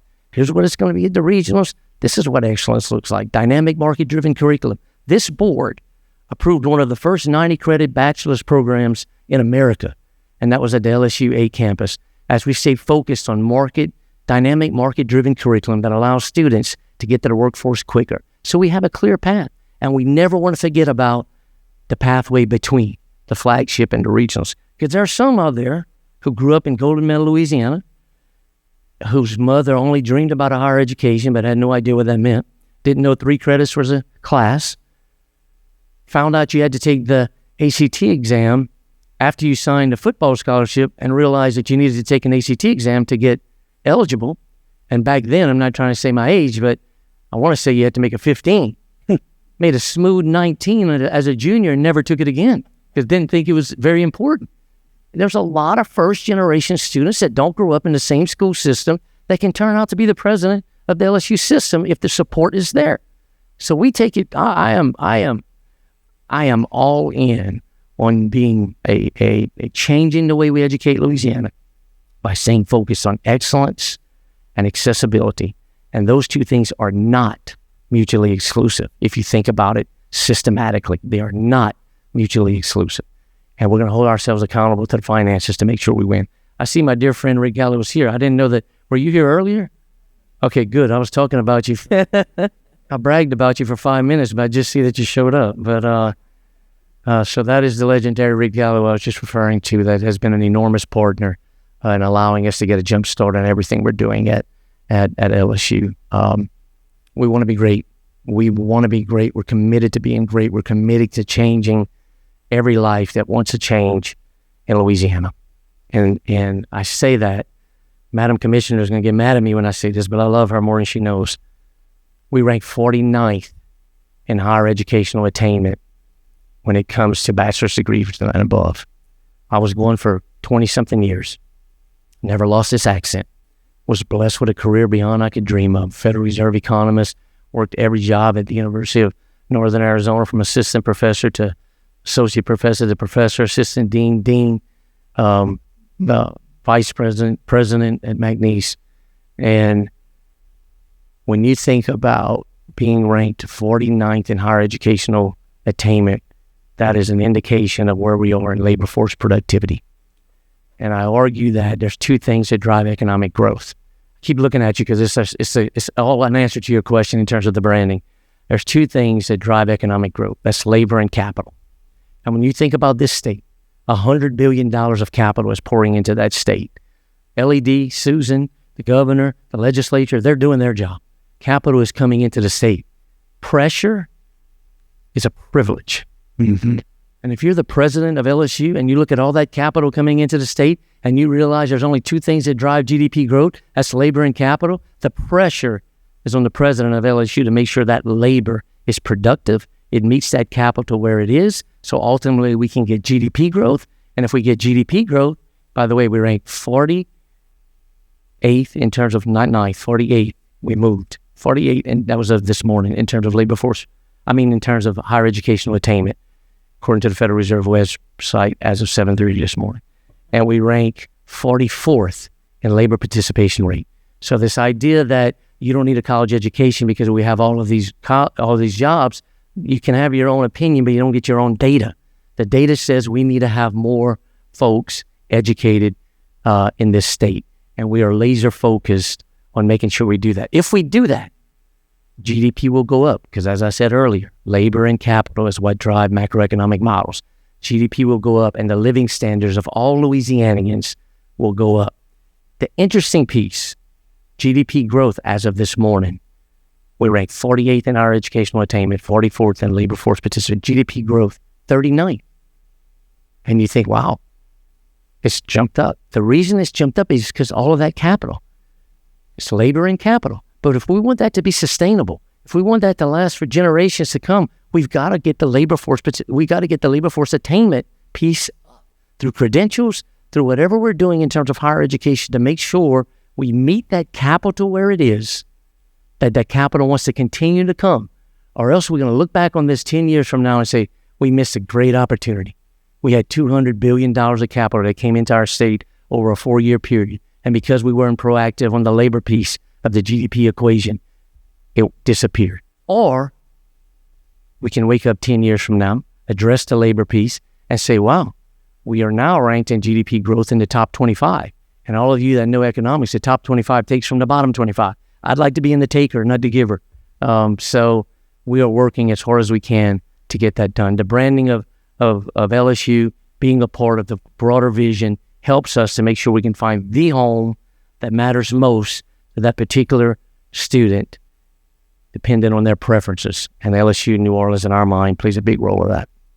Regents, are there other questions? Yes. One of the things I want to tell you, Dr. Rousse, is I was with you yesterday, and I've been a part of that group for 30 years.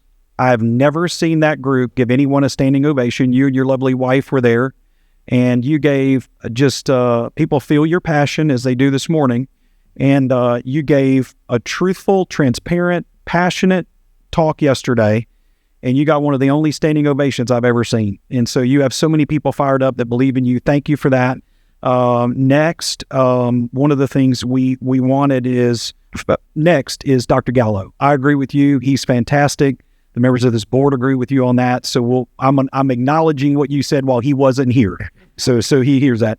And then next would be, we talked about the transfer of UNO into the LSU system, or back to the LSU system, a period of time ago. And one of the things we've been wanting is an update that shows kind of what's going to be done. And thank you so much for bringing that this morning. Thank you for the team. I know you're going to introduce them, but fantastic. Thank you. Thank you so much. Thank you. We're excited. We're blessed to be in this role.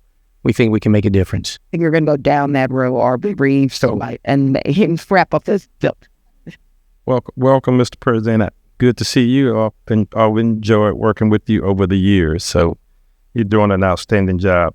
You know, it's important that a state like Louisiana have a flagship institution that is responsive to its workforce needs.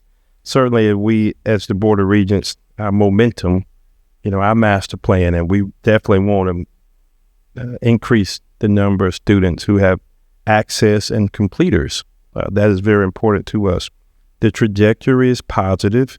The economic momentum across Louisiana, I shared it before you came in here, about all of the economic development projects that are well underway.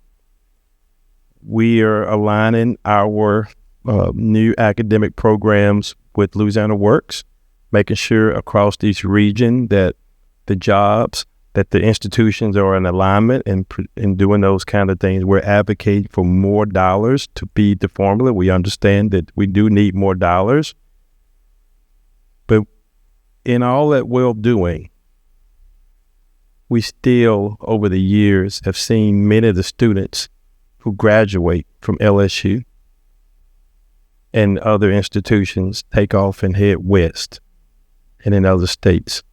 And of recent, we've had more TOPS dollars than we have students to take those dollars because of the competition, from the other schools and states east and west. So in all our well-doing, and we seem to be moving in that direction, what are some things that we should be doing to not only train them, increase the labor, because the capital is coming, but how are we going to do? We're going to keep them. Yes, I love that. It's top of mind. Every day it's top of mind. I hear this story over and over. I'm metric driven. This is going to be a long answer, so cut me off if I have to. But this is top of mind. I hear it every day. And when you think about the way my brain works, if we're 48 in higher educational attainment, and we're 44th in labor force participation rate, and we know we see all this capital coming in, and we know that macroeconomic theory drives labor and capital. If we drive the labor piece of this, which I think we're doing, I'm gonna commend this board in a little bit. But when we think about if we get that done, GDP growth will go up. Then the opportunities will be here. And then if we can get in that top 25, which is the magic number, if you study macro trends, you got to get in the top 25, because then you're going to start hearing the stories about how my student may want to go away, but they want to come back here because the jobs are here. We got to get GDP growth per capita in the top 25. And where that pressure is at is on all of us. It's the labor piece. We've got to change the way we're educating Louisiana. 48 cannot be the metric of success. If it's still 48 3 years from now, you need to fire me, because that, I'm telling you right now, that's the metric of success. We've got to get that done, because that will drive GDP growth, and the students will stay here. I spend way too much of my time currently on athletics. Athletics is in the middle of turmoil. I'm spending a lot of times. But I did get some economic data here recently at a SEC President's Board meeting that I think is very, very telling. And there was a demographics expert walked in the room, and this wasn't the mission of his talk. His talk was, he was trying to talk about how strong the SEC brand was, but he showed some data that I thought was mind-boggling. He says if you're from a certain socioeconomic background, it's a nice way of saying if you're middle to upper to rich, and you live 90 miles from Tiger Stadium, you have a higher propensity to accept at Alabama. But here's the interesting piece, and he shows the trends. If you're from that same socioeconomic background and you live 90 miles from Tuscaloosa, what's the name of their stadium? Bryant-Denny Stadium, 90 miles, you have a higher propensity to accept LSU. And the argument is these kids have seen, the example he gave is if you've left the country. So if you grew up in a family, which I never left Lafourche Parish, but if you grew up in a family that allowed you to go on an international vacation, you fall into that group, you know what you want? I hate to say this, all our parents say, you're looking for 4 years to get away from mom and dad a little bit. But here's the crazy part. You don't want to be far enough that you got to get on an airplane. You want to be 4 or 5 hours by car. And he showed this pair's data. It was fascinating. And if you go to Georgia, Athens, and you go look at Columbia, South Carolina, the same thing. But that wasn't his part of the story. I just thought that part was amazing. But what he was trying to say, where they're not doing, they're not leaving the SEC. The vast majority of these kids want to stay in the SEC experience. And he was trying to give a presentation about the power of the brand. We're about to go redo our TV contract. So how does that help? But I just thought it was fascinating because I hear these stories. Now, if you're from the other demographics, you come to LSU.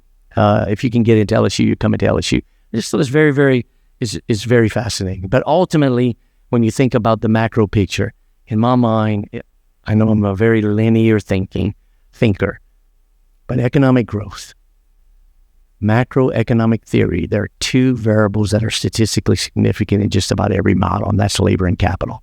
We see capital pouring across our border. If we want that to stay here, we've got to be better in terms of labor. We have to have a higher degree. We got to rank higher than 48 in higher education. If we do that, the math will tell you GDP is going to go up. The only way GDP is going to go up if the I in the GDP equation, industry goes up. And if we do that, the opportunities will be here, and then we capture that beautiful circular flow of increasing income, increasing opportunity, increasing income, increasing opportunity. But make no mistake about it, the ignition point is higher education. The ignition point is higher education. That's how we're going to get them to stay, by getting more people that have a higher education in the state.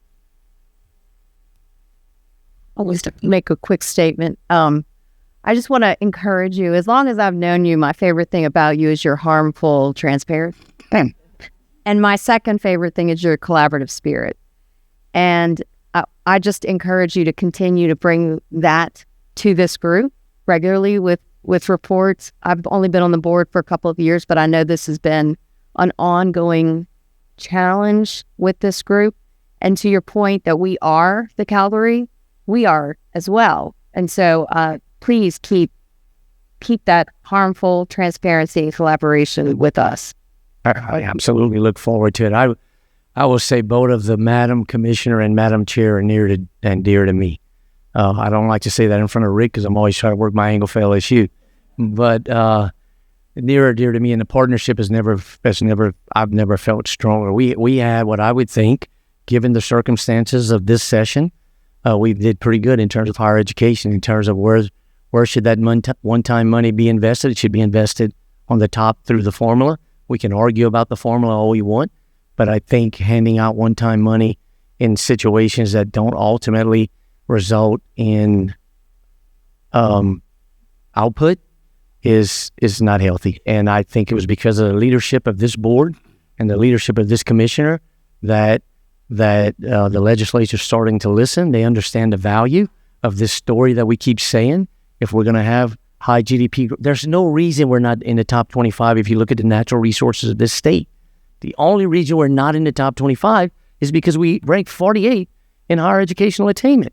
And if we rethink that, we're going to be in the top 25. And then we're not worried about losing graduates because we're going to be gaining their graduates. Again, the top 25 take them away from the bottom 25 if you think about macroeconomic growth. So we're laser focused on that. I know my transparency gets me the very common negative news story. I like to blame it on my accent, that they don't really understand what I'm saying. But the more I think about it is that I really just kind of speak from the heart and probably should take some of it back occasionally, but I'm not very good at that. President Rousse, I just wanted to, I appreciate your transparency and you giving us an overview of your transition. I did not hear anything about conversations with the New Orleans business community, the donors, stakeholders in New Orleans. I'm not saying you haven't done it. I've been saying your transition team hasn't done it. I haven't heard anything. I would like to hear about that. You're in a competitive city. You have 8 2- and 4-year universities in the city of New Orleans. 3 of them public. There's a lot of competition. I've heard your goal of 6,000 students.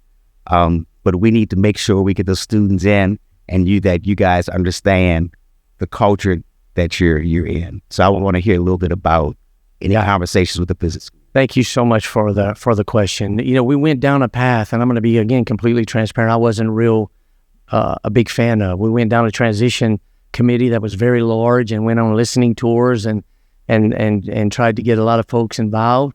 My brain is more in terms of the building's on fire. Let's everybody grab a bucket and get some water and let's go attack this thing.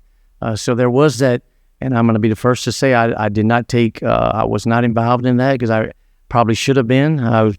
My thoughts were, hey, this is good. We're going to go where we're going. Let's hear from everybody, but we've got to fix the cash position that's in place. We got to figure out our physical implant, physical infrastructure. We got to downsize that. We've got to figure out the curriculum that actually have a high ROI.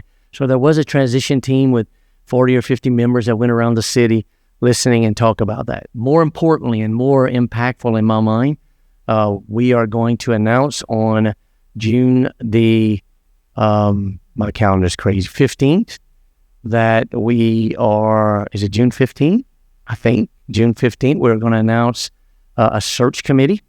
I was going to close with this, but I just going to jump right into it. Standing there, the young lady with the white blazer and the glasses is Jeanette Wheeling. She is our interim chancellor, and to her right is our CFO Norman, and to her left is our CFO of the system, and to her left is that's Brandy, and to her left is May.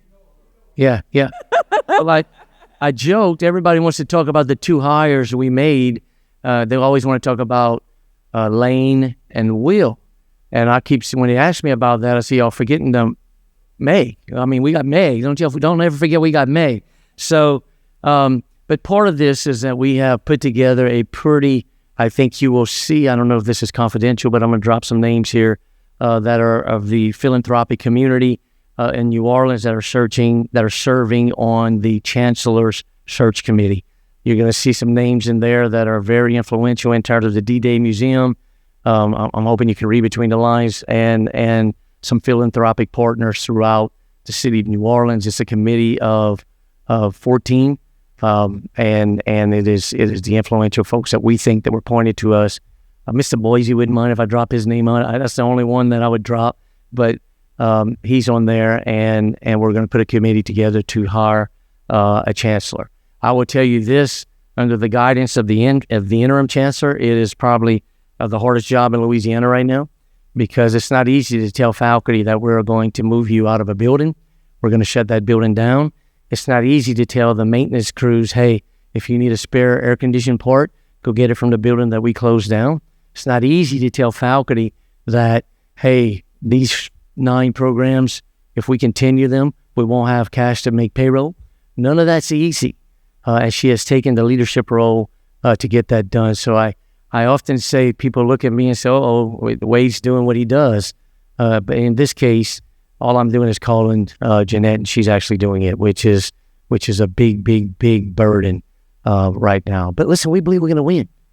We believe it fits into the LSU system. We believe New Orleans plays a part much differently than Alexandria. But who's better positioned? Who's better positioned to change the way we educate Louisiana than when you think about Alexandria, Eunice, Baton Rouge, New Orleans, Shreveport, every parish? Who's better positioned? It's 3 letters, 2 colors, 1 state. We're LSU. Yeah. Okay. We're going to... I want you to think about it tonight when you sleep. No. 3 letters, 2 colors, 1 state, LSU. From yesterday, as you say it today, I'm mouthing it. From yesterday. We're going to allow this love fest to continue for one last question. Regent May. So it's not a question. It's President Rousse, I want to thank you for the attention that's being paid to this. I got my MBA from UNO. It took less than 7 years, thankfully. Yeah. But, as part of that, I think the strong instructors and a strong group of peers, one of those peers offered me a job and something that was different that I was doing, which helped change the narrative of what I was capable of and created new career paths. And I think that what you're doing is changing the narrative of what UNO is capable of, LSU UNO. And I think that's going to be very helpful. And again, I'll echo what you said about the business communities. Part of when I went there, you went to night school with some of the best people that work for the best companies in the region. And I think we can do that again. Thank you. Yes, I absolutely agree. And we are committed to figure out where it fits into this puzzle. We believe it adds value to adding the future workforce of that region in this entire state. So I ended yesterday, Dallas can tell you, I ended yesterday by everyone looking everybody in the eyes and saying, look to yourself. My story's different. I had a mom that dreamed of a better life through higher education from a trailer in Golden Mill, Louisiana. I made a C one time. Made a C on my report card. She made me quit football. That's when I realized she was serious about making straight A's. But she knew it was a better life through education. And if we wanted to get out of that trailer, it was education. And I would argue, if you look at each one of you, you can tell the same story. Education has put you in a place that probably you couldn't imagine. That's why you're serving on this board. It's meaningful. It matters. It's who we are. And we are not going to accept being 48 in our educational attainment when we live in the best state in the union. Nobody else has crawfish. Think about who we are. It is not acceptable. It's not acceptable. And we are focused on changing the way we educate Louisiana with excellence and accessibility. And those 2 things are not mutually exclusive. Thank you so much. Thank you so much. We are excited about your vision. We equally applaud your support for the funding formula and its complexity.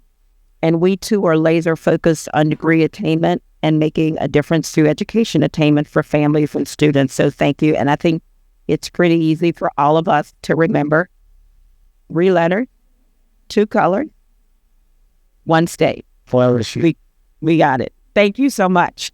Thank you so much, Dr. Rousse. Can I just add what a great partner he is and continues to be a great thought partner. And, your energy is contagious. But I will tell you, we had some tough challenges, but he's been steady. Anytime you call day or night, he's on that phone and ready to help and jump in and give sage advice. And so I just want to personally thank you for amazing work. Thank you very much.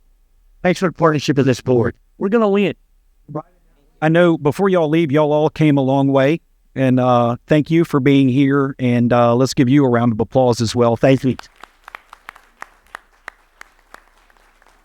players and from about man. Yeah. I know y'all planned it. That's up to one job.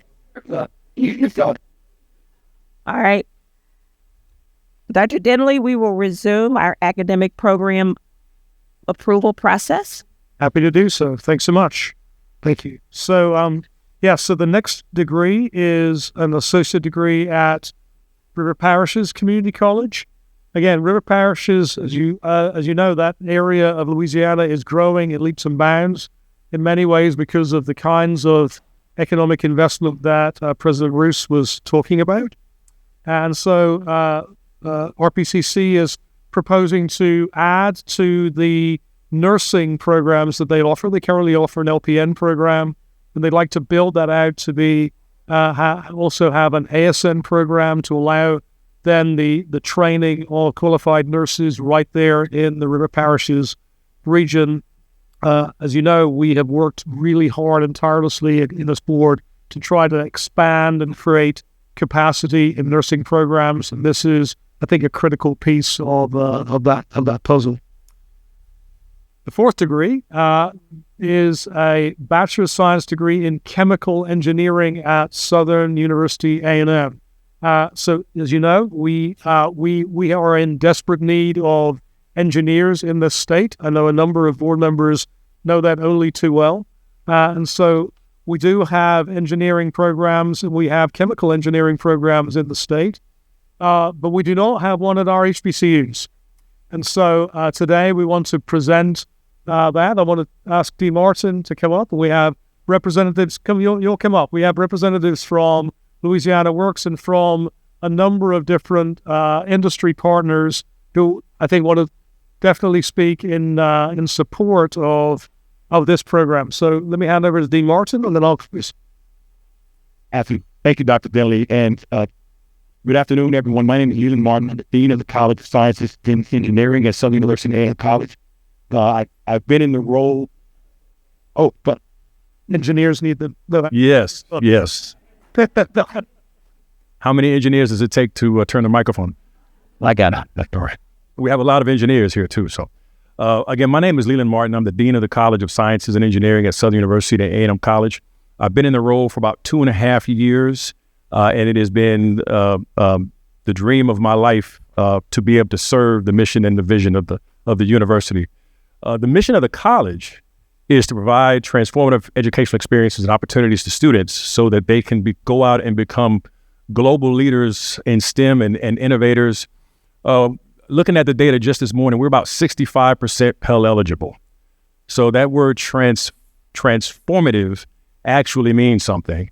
It means meeting students where they are, regardless of their academic background, financial background, and bringing them to a place where they can go out and be positive contributors to society and to humanity. That's our mission. And our vision is to be so good at doing that we become the reference point for any other similar institution that wants to do that they come to Southern University and look to see what we're doing. Our overarching goal is to become the top producer of scientists and engineers among all peer institutions. Now, as you all know, Southern University is an HBCU. About 30 years ago, we were the top producer of African-American engineers in the country. That distinction now belongs to North Carolina A&T. My mission is to take the crown back. And we believe that we can do that with programs like chemical engineering. And we can also do that by making sure that our existing programs align with the workforce needs of our industry partners and stakeholders. And then also making sure that we have new programs that attract a new generation of students so that they can help us with our workforce development needs. And I want to take the time now just to incorporate everything that esteemed President Rousse said with respect to labor and workforce development. I want to incorporate that by reference into my statement of support for this chemical engineering program. And with that, I will just give you some context as well. I am a chemical engineer. I'm a proud alumnus of Tuskegee University in Alabama. When I was looking to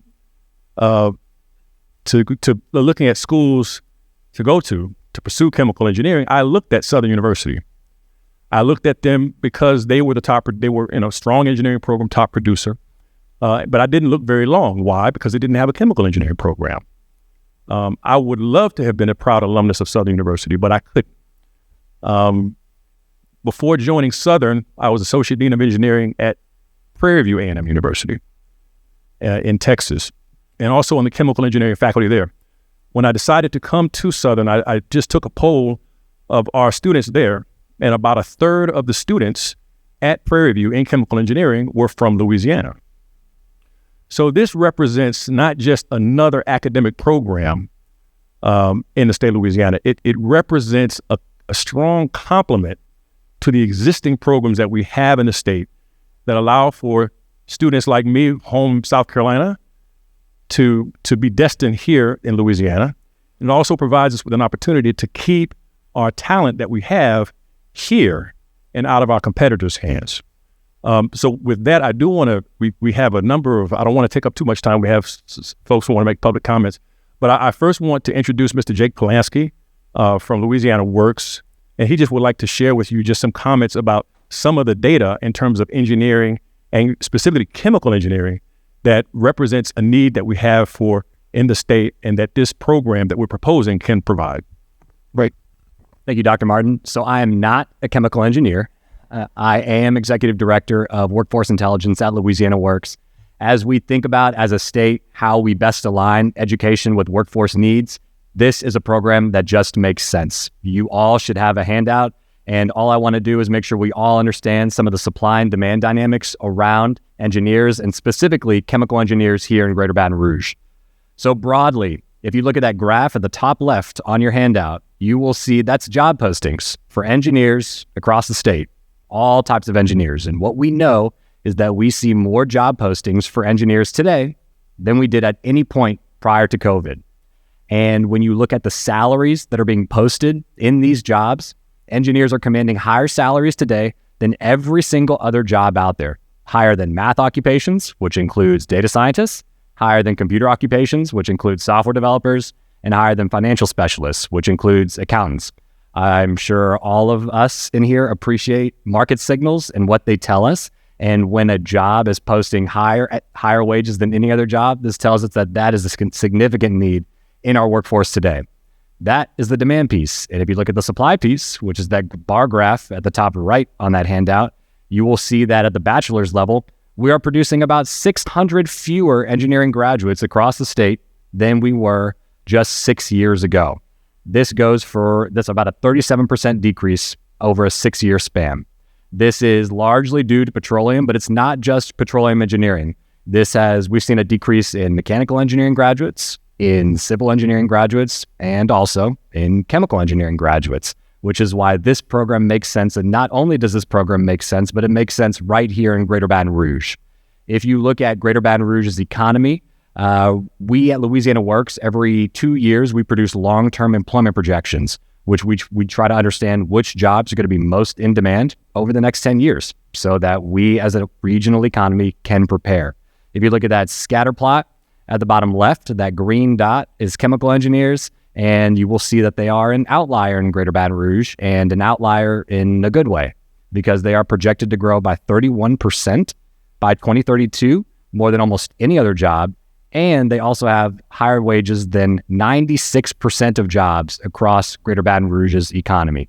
Not only is this a job that's in demand, but it is a job that we are currently not supplying enough for. Baton Rouge is the hub of chemical engineering talent in the state. More than half of all chemical engineers are found right here in Greater Baton Rouge. So nowhere across the state does this program make more sense than right here at Southern University in Greater Baton Rouge. And this is a need that will fill roles across the state of Louisiana. And employers have told us this, and I'm sure we're about to hear from some employers right now.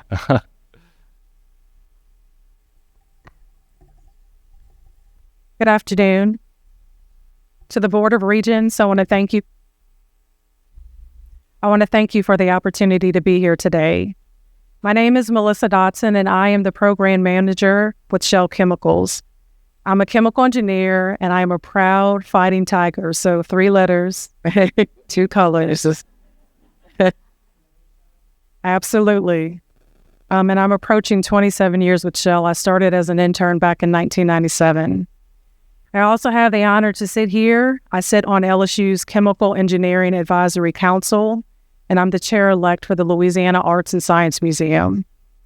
In this full-time assignment on behalf of Shell, I'm dedicated working in collaboration with Southern University to develop this program proposal that you see before you.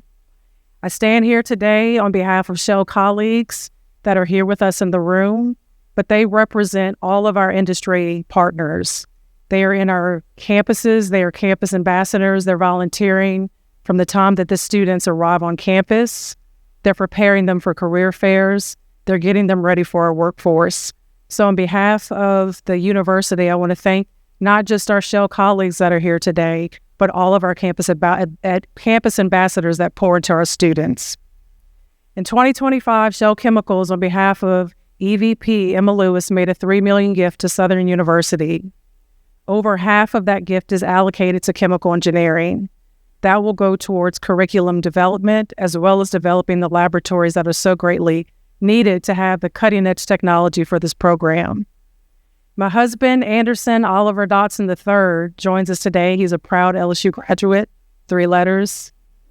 You see where we're going here. But he is also a graduate of Southern University's Law Center. We, this week, have signed a personal endowment, the Dylan Dotson Endowed Scholarship, through the Imagine Southern Capital campaign to further support chemical engineering at Southern University, and will further that gift through legacy giving. I am from a family of 8 kids. I've been before you for the HBCU Advisory Council. I'm the third of 8 kids, and I have my sister, who's number 6, joining us here today. My mama, as President Rousse spoke to, she had a dream for all of us. She may not know what a chemical engineer does, but she said, I know that you can be one. She's the one that took me to the summer engineering programs that unlocked the opportunity for me to have the internships. My father is the second of 14 kids, and the opportunities that this chemical engineering degree has given me far exceed anything that I could have imagined or my mother could have imagined. This program at Southern University will create generational change, not just in families, but in our local community and college. On behalf of our project team, Dr. Rachel Vincent Finley, Arthur Jack, our esteemed dean that I've had the honor to work with, thank you for the opportunity to be here. This has truly been the honor of my career. Thank you.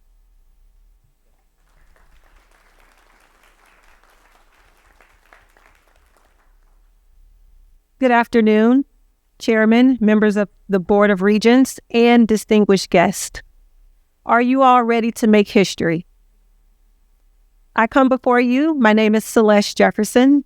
I am a proud graduate of Southern University in mechanical engineering. I'm also a graduate of University of Houston with my MBA. I'm also currently a student at LSU getting my Master's of Science in Leadership and Human Resource Workforce Development. I am a Southern University graduate. I come before you as a global maintenance, reliability, and turnaround manager for Shell. As a Southern University graduate, I've lived in 3 continents, United States, the Netherlands, and Kazakhstan, and I wear my SU Jaguar shirt proudly. From Southern, I have tenacity. I have leadership skills. I have global communication. I, a girl from Port Allen, Louisiana, who's now a Southern grad, has stood before the Kazakhstan government sharing Shell standards and procedures. This girl from Port Allen, Louisiana, who went to Southern. Now, why do I keep saying that? I have a son who's in engineering at Morehouse in Georgia Tech. I currently have a daughter who goes to LSU Lab. She's a rising senior. She has a 4.7 GPA, and she's being courted by tons of universities. Guess where she's going? Southern University. Her grandparents went to Southern, her mom went to Southern, and her father went to Southern. Her father is a computer engineering executive at Chevron. This is what Southern produces. Not only are we have a great curriculum at Southern University, let's take a pause and look at what is Louisiana producing. I've moved back from Europe and Asia, and I'm astounded at the LNG facilities that are growing. We're not even going to touch the nuclear environment that's about to explode here, no pun intended, but it's coming. And guess what we need? We need more chemical engineers. Guess where we need them from? Southern University. This HBCU provides strength. I can personally tell when a kid is from Southern University. They walk in with their head high, shoulders back. They have a certain je ne sais quoi.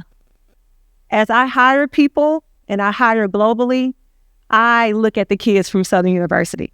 And I'm like, yep, I want them on my team because I know what they've been through because I've been through it. So thank you for letting me share this story. I want you guys to remember that Louisiana is going to be a global situation when it comes to oil and gas, LNG, and nuclear. And we need more chemical engineers, especially at a HBCU. Celeste Jefferson, and I'm signing off. Thank you very much. Thank you, Celeste.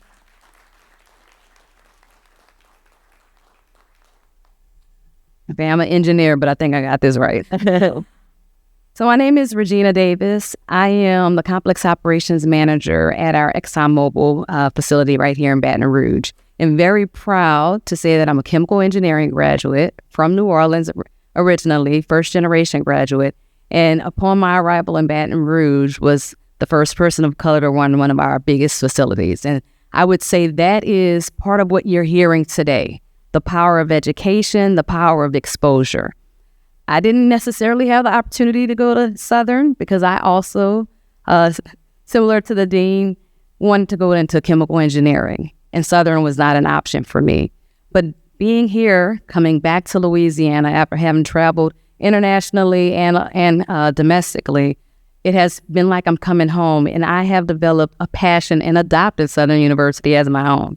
And the reason why that is, and I'm speaking both personally, but then I also share on behalf of ExxonMobil and industry. But personally, it has resonated with me as I've seen the young students that are coming from Southern University that are prepared, that are excellent, that are capable, and that represent a diversity to our workforce that we need. And when I look at them, I look at myself as well and recognize the power of education and when you're afforded an opportunity, the things that you can do. And so I am proud of the partnership that we have within ExxonMobil established within Southern University. I'm proud of the talent that we've been able to both gain and help continue to develop, not just to enter the workforce, but to lead the workforce. And so when I reflect on where we are, and I think it was already said that this is a historic day, it is truly a historic day. There are generations upon generations that will be impacted by this program. And I am so honored and excited to be a part of that.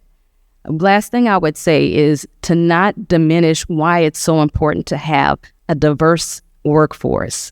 When we think about where we're going, we can't have the same types of thinking. You have to have divergent thinking. You have to have folks that think maybe a different way, that maybe have come from a different background, maybe not from, the SEC schools. You need all types. And that's what the Southern University program offers. That's what will help Louisiana be a leader, not just in this Gulf Coast area, but in the world. So thank you. Thank you, Regina.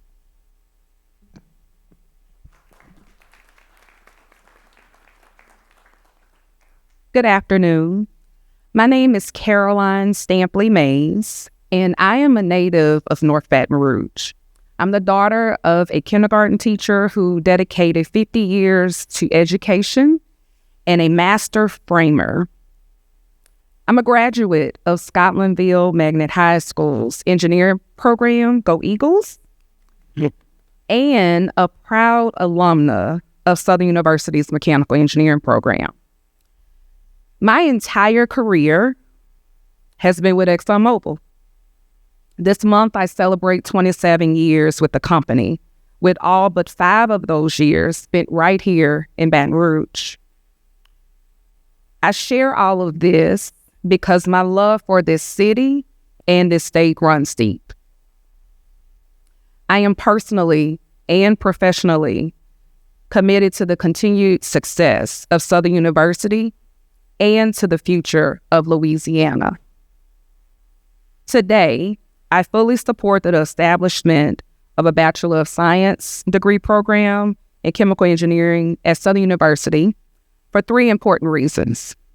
The first, this program creates another pathway for talented students to remain home while receiving a world-class education and experiencing the rich culture, legacy, and opportunity that one of the nation's largest HBCU provides. I have 13-year-old twin boys. They are very passionate and interested in STEM, and I want them to be able to stay home and have those opportunities here. Second, it strengthens the talent pipeline for companies like ExxonMobil and for Louisiana's broader industrial community. As one of the world's leading petrochemical companies, we have a growing need for strong chemical engineering talent. My career has afforded me incredible opportunities for leadership, growth, and service, and I want more Southern University students to have access to those same opportunities right here at home. Third, Baton Rouge and Louisiana need our talent to stay here. Too often, we lose bright students and future leaders because they do not see enough opportunity within our state. Establishing this program is one meaningful step towards changing that narrative and investing directly in Louisiana's future workforce and economic growth. So today, I respectfully and strongly urge you to vote in favor of this new degree program. Southern University, Baton Rouge, and Louisiana are stronger when we invest in our own people. Thank you. Thank you, Carolyn. I have 6 comment cards, and we're at risk of losing our quorum to vote to approve the program. Yes. Yeah. So I'm not sure. We certainly want to entertain all of those, whether individuals want to limit your comments or keep them 2-3 minutes or under, but it is important that we maintain a quorum to get approval of the program. Okay, so I'll jump in. Oh, go, sorry. Yes. Okay. Go ahead. Yeah, so I'll jump in and I'll just close my iPad down. So nothing long here, right? So I'm Chris Martin. I'm a senior director with Dow Chemical. And I told the folks from Shell here, right, if I had known this, I would have brought a bunch of blue uniforms too. But with that said, so I'm not a graduate of Southern, but a Southern graduate hired me to Dow Chemical. And I think that's very, very important. I mean, he's a mentor to me today, and he's made a tremendous impact on my life, right? So I'm a mechanical engineer. I went to the top of the state, Louisiana Tech, right? So we'll set that aside for now. But with that said, Dow has a long history with Southern University, and more particular with their mechanical and electrical engineering program, right? But for everything that the others, my industry partners here, these wonderful women have said, the same, we fully support a chemical engineering program. I mean, Dow Chemical, right? We need them, right? And so with that said, it's just, Dow has committed 3 years of, I guess I could go down a list of things, right? That's why I said, let me just close the pad, right? But we have a 3-year commitment, suffice to say, right? With lab equipment, senior design projects and so forth, right? And that can grow, with the opportunity here for chemical engineering, right? And so I'm going to stop it there because I know that we have other folks, but again, Dow Chemical fully supports this. Thank you. Thank you. Hey guys, my name's Thomas Solta.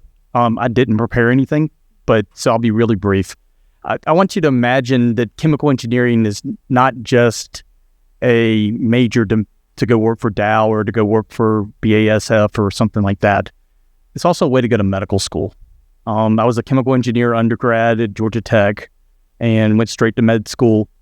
And I apologize for the scrubs. I'm actually on call right now for the lake. I take care of little premature babies. So that's another avenue. But at the same time, I also work for I own Sugarfield Spirits.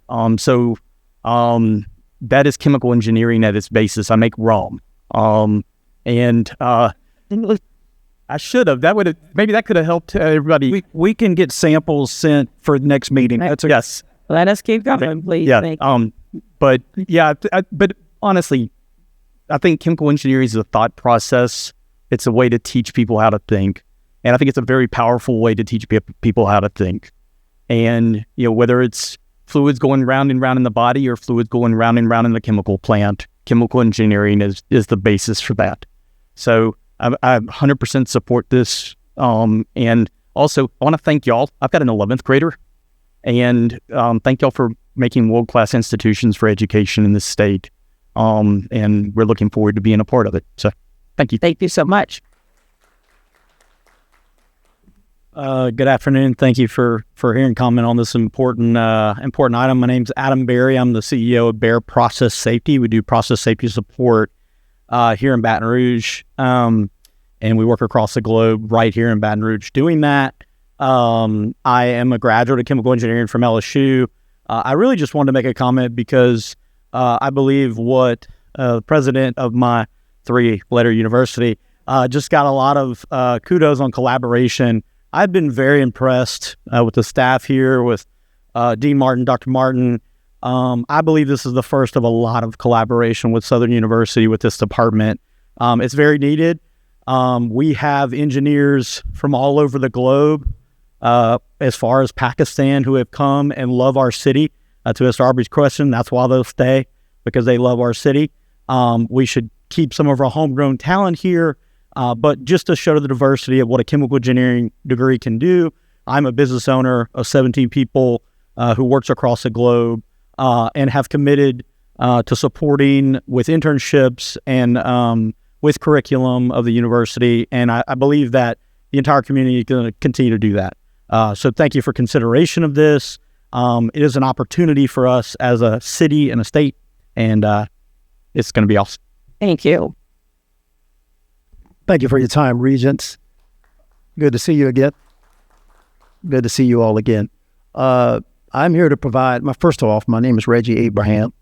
I'm here to provide 3 different layers of support for this program on today. Personally, as a graduate of the College of Science and Engineering at Southern University. So I do like the slogan, 2 letters, 2 colors, 1 state. Thought I'd throw that in. Professionally, I'm here to support it as well as my colleagues here as an employee of ExxonMobil. We are in full support of this program. And last but not least, in my fiduciary responsibility, I'm here to support this as Vice Chairman of Southern University Board of Supervisors, who gives this its 100% support. This is all about Southern University having an opportunity to create and meet the demand for chemies in the industry. It's also, as some of us have been a little too afraid to mention, is an opportunity to keep our chemies out of the state of Texas and here in Louisiana. So thank you for your support. Thank you. Hello, my name is Taylor Brown. I work as a process engineer at CF Industries in Donaldsonville, Louisiana. I'm also an attorney. I want to speak to the same notion that the doctor spoke to. As an attorney, the knowledge basis that chemical engineering has bestowed upon me and the thought process and critical thinking was essential. I've never met an attorney who had a chemical engineering degree who had to retake the bar. The bar exam is a strenuous exam, and it's the bar to become an attorney. We talk about becoming a state that's in the top 25% of the GDP nationwide. How we do that is by training the minds of individuals on how to think, and that's what chemical engineering does.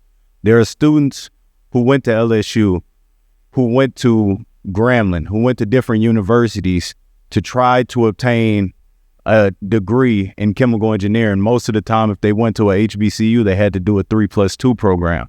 Those 3+2 programs that Xavier and Grambling and some other institutions have, what they don't tell you is you have to take out extra loans. Your TOPS runs out in that 5th year. So I stand here fully in support of the chemical engineering program. Thank you. Reach out to me, please. I could. Thank you. Hi.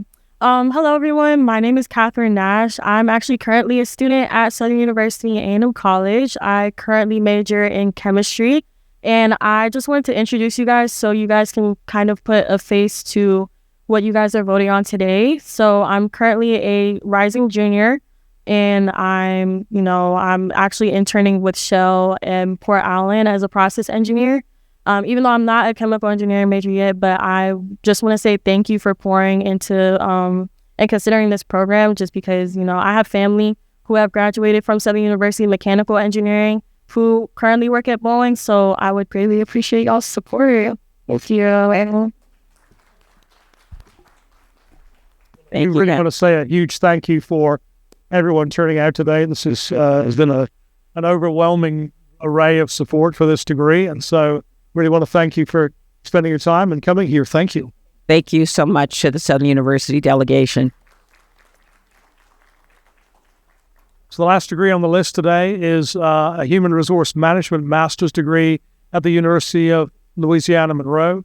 I know that we've talked a lot over the years about I've actually talked a lot today about fiscal security at institutions. You know that at the University of Louisiana Monroe, they have made some very tough decisions about degrees to keep. You know that they recently voted to terminate, I believe, 7 degrees. Those were hard decisions to make.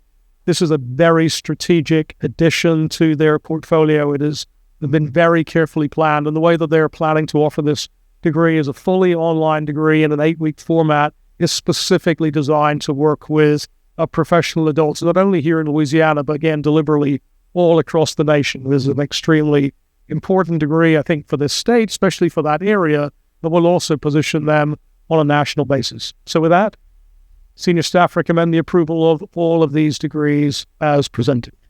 All right, Regents, you have heard. So, Madam Chair, can I just make a comment before we move to a vote? I want to thank all the people who came here on behalf of the Southern University program. I am a graduate of a university, an HBCU, that has 3 letters and 2 colors. I am also the graduate of a law school that starts out with 2 letters, 2 colors. The power of your coming here today, speaking on behalf of Southern University is enormous. I've been on this board going on 6 years, and this is probably the strongest presentation I've heard. And so we greatly appreciate it. You're correct. Your comments here today, the work that you're doing, what you're trying to do with the chemical program is good not only for Southern University, but it's good for the community here and for the state and for the nation. You represent the best of the best. And I want you to know that we appreciate it and we recognize that. Thank you. Ready to meeting. First, want to echo what Regent Finley said. This was very inspirational. And you guys, one of the things that kept going over and over again is talking about generational and multi-generational impact and change. And you guys are a part of that, and we're glad to be partners with you. So thank you for coming today.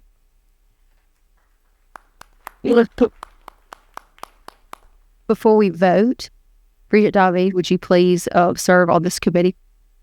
Okay, thank you for today. Thank you. Thank you for that addition.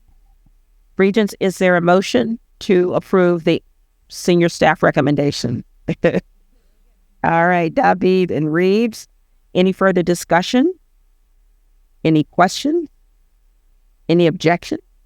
I'd like to thank the folks from Southern as well. I see you rep your school colors, and I saw some red and black up there. I'll assume you were Grambling. And all the other colors, universities that are represented here that fully represent the state of Louisiana. Thank you. Hearing none and all those comments, motion passes to support and approve. We call the in.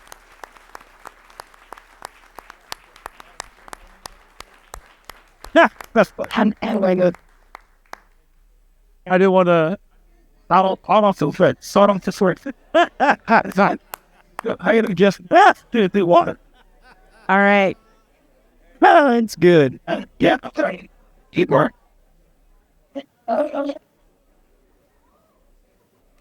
Please have fun in your yeah, damn necessary to like party air park and mill was later, but green wanted.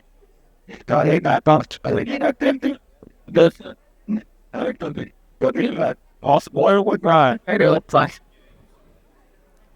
Regents, if we could reconvene, please. It's right there.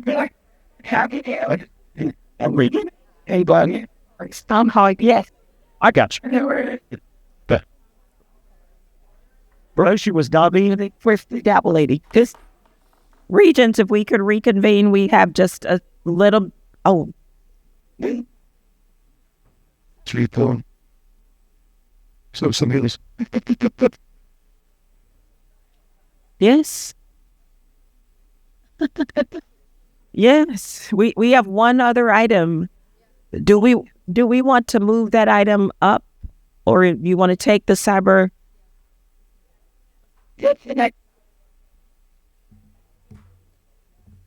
I can do the cyber item Do instant. you want to do the cyber in one sentence Yes. so we can finish? So please proceed. So each year we have $1 million to give to cybersecurity. We recommend that that you approve distributing the funds as the Cyber Education Management Council has approved at their meeting. All right. Is there a motion to approve? David? Awesome. Reeves, second. Any further discussion? No objection. Motion passes. Is there any other business? No, ma'am. No other business? Is there any objection to our adjourning? We are adjourned. Thank you. We have one agenda item for the full board that needs to move up on the agenda that we need a vote. Regent David, would you please serve? Once again, and quickly, I'd like to call the June Regents meeting to order. Members, remember you're being live streamed. Please turn off your phones. Ms. Skyke, would you please call the roll? We're going to fast roll this. Regent Aubrey. Here. Chair Cordell. Here. Regent Creed. Regent David. Regent Finley. Regent Glazer. Regent Hickson. Here. Regent May. Regent Meir. Regent Nichiva. Regent Pryor. Regent Reeves. Regent Shamia. Regent Sterling. Here. Regent Temple. Regent Williams-Brown. You have a quorum. All right. Thank you, Emily. Any public comments? There are none. Hearing none, I'll ask for any additional public comments to go under other business. Members, you've received a copy of the minutes from April 29th, 2026. Is there a motion to approve these minutes? Madam Chair, I move that we approve item 4 and 5 in its entirety unless there are any objections. Okay. In Globo, that passes.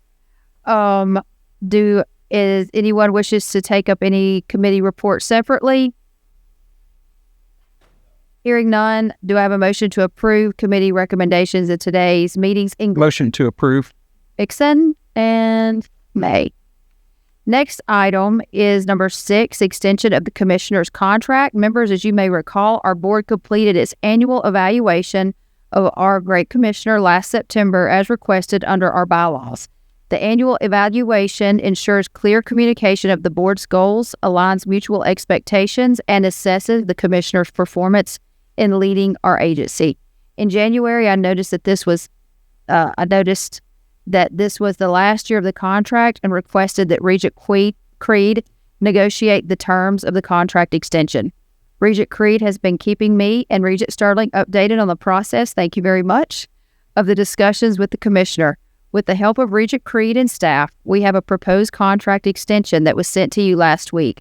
Is there a motion to approve the contract extension? So move. Or second. I'll second it. Regent Hickson. Are there any further discussion? Any questions? Any objections? Hearing none, motion passes. Congratulations, Dr. Reed.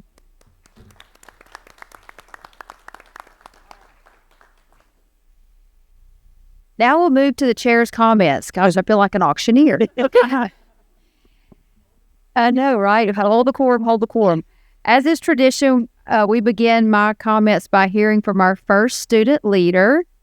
I am delighted to welcome our new student board member, Regent Nichiva. Gosh, I keep overthinking that. Yeah. And where are my glasses? Terry, oh, they're on my head. Regent Natava was sworn in earlier today. She is the first student from Southeastern Louisiana University to serve on our Board of Regents, so we have a little bit of history here with us today. Regent Natava is assigned to the following committees: Academic and Student Affairs, Artificial Intelligence, Legislative, PRP, and statewide programs. We know that you will have our full support at our next meeting in August, but the floor is yours to share some initial comments with us. Please take it away, Maria. Hello, everyone. I'll try to keep this brief. When I first ran, I ran on the importance of the student voice. And more than that, than hearing those voices is implementing change because of those voices. So I'm very excited to serve on this board. And as I told my peers, represent their student voice across the state. I'm excited in utilizing student leaders to push those policies that the board implements and push those changes. I think students know each other best, and I think utilizing those student leaders to push change across Louisiana is going to be the key to enforcing that perspective in higher education change in Louisiana. So I'm excited. Thank you so much.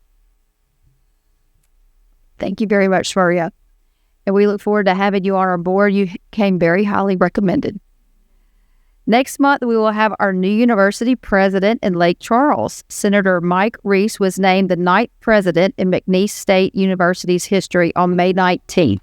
Senator Rousse brings more than 3 decades of leadership experience across government, business, economic development, finance, logistics, and higher education policy. As a Louisiana state senator, he has held key leadership roles in the statewide governance and has been widely recognized for his advancing fiscal policy, economic competitiveness, workforce alignment, and the regional developmental initiatives. Senator Rousse was once a student member on this very board when he served as SGA president at the then Northeast Louisiana University in 1997 to 1998. We look forward to working with him in his new role as McNeese president and as the chair of the Legislative Task Force on Higher Education Funding and Funding the Formula. He has been a great friend to us, especially during this session, and we cannot thank him enough for all the work that he's done for higher ed. Regents recently hosted the LHEC Annual Professional Developmental Summit on May 20th and 21st in Baton Rouge, welcoming more than 275 participants from across the state. As many of you know, May was Mental Health Awareness Month, and mental health remains a critical part of student wellness and success. In partnership with the Louisiana Department of Health, Regents welcomed higher education professionals, community stakeholders, law enforcement partners, and prevention and treatment leaders for a 2-day statewide conversation focused on student behavioral health, campus safety, student success, and practical solutions. Throughout the summit, speakers shared valuable insights on strengthening preventative efforts, addressing substance and misuse on college campuses, and improving behavioral threat assessments and campus preparedness, and responding to the growing impact of gambling and sports betting behaviors amongst college students. We are proud to partner with LHEC each year to offer such a wonderful and much needed statewide event. Well done, Dr. Smith and Alyssa, on another outstanding event. Thank you very much. On to future educators. Speaking of wonderful events, Regents honored our state future educators at the National Teacher Appreciation Day this year at the Old State Capitol. I was honored to once again be a part of this great program. This was my first program that I attended as a Regent 3 years ago, and it's still just as impactful today. Public and private universities from across the state nominated their top students from their teacher prep programs to be recognized during the event, where they heard from Dr. Saber Kingham from the Office of the Governor, Dr. Jenna Chason with Louisiana Department of Education, and Louisiana's 2026 Teacher of the Year, Miss Regina Beard, among many others. 45 future educators, including 5 amazing high school students, were also interested in becoming teachers, and they were all recognized. Congratulations to these wonderful future educators and to the Regent staff for all of their hard work. The future is very bright, and this concludes my report. Next, we will hear from Commissioner Reed. The floor is yours. Thank you so much. First of all, thank you to the board for your support. My continued work with you. It is an honor. I really am just so very grateful. It's commencement season, so we want to first of all send a big shout out to all of the graduates across our state, more than 35,000 degrees and credentials earned by Louisiana students. So we're just really excited for those students. I had the opportunity to attend commencement Holy Cross and speak directly to students, and it's just really an exciting time. And you've heard this whole theme today about developing talent, retaining talent, and so we're committed to that work. Speaking of students and graduates, I want to welcome Leanne Watsalabano, who is our governor's fellow. Is she here? You stand? Can you stand so we can say hello to you? Leanne is with us for the summer, and she is a recent McNeese SGA president graduate from McNeese, and so a biology major who wants to be an attorney, right, Leanne? And she is getting a lot of good experience here with the Board of Regents, and we are honored to have her with us as well. Speaking of great work, I want to acknowledge Chris Yandel, who is a finalist for National Communicator of the Year. As you all know,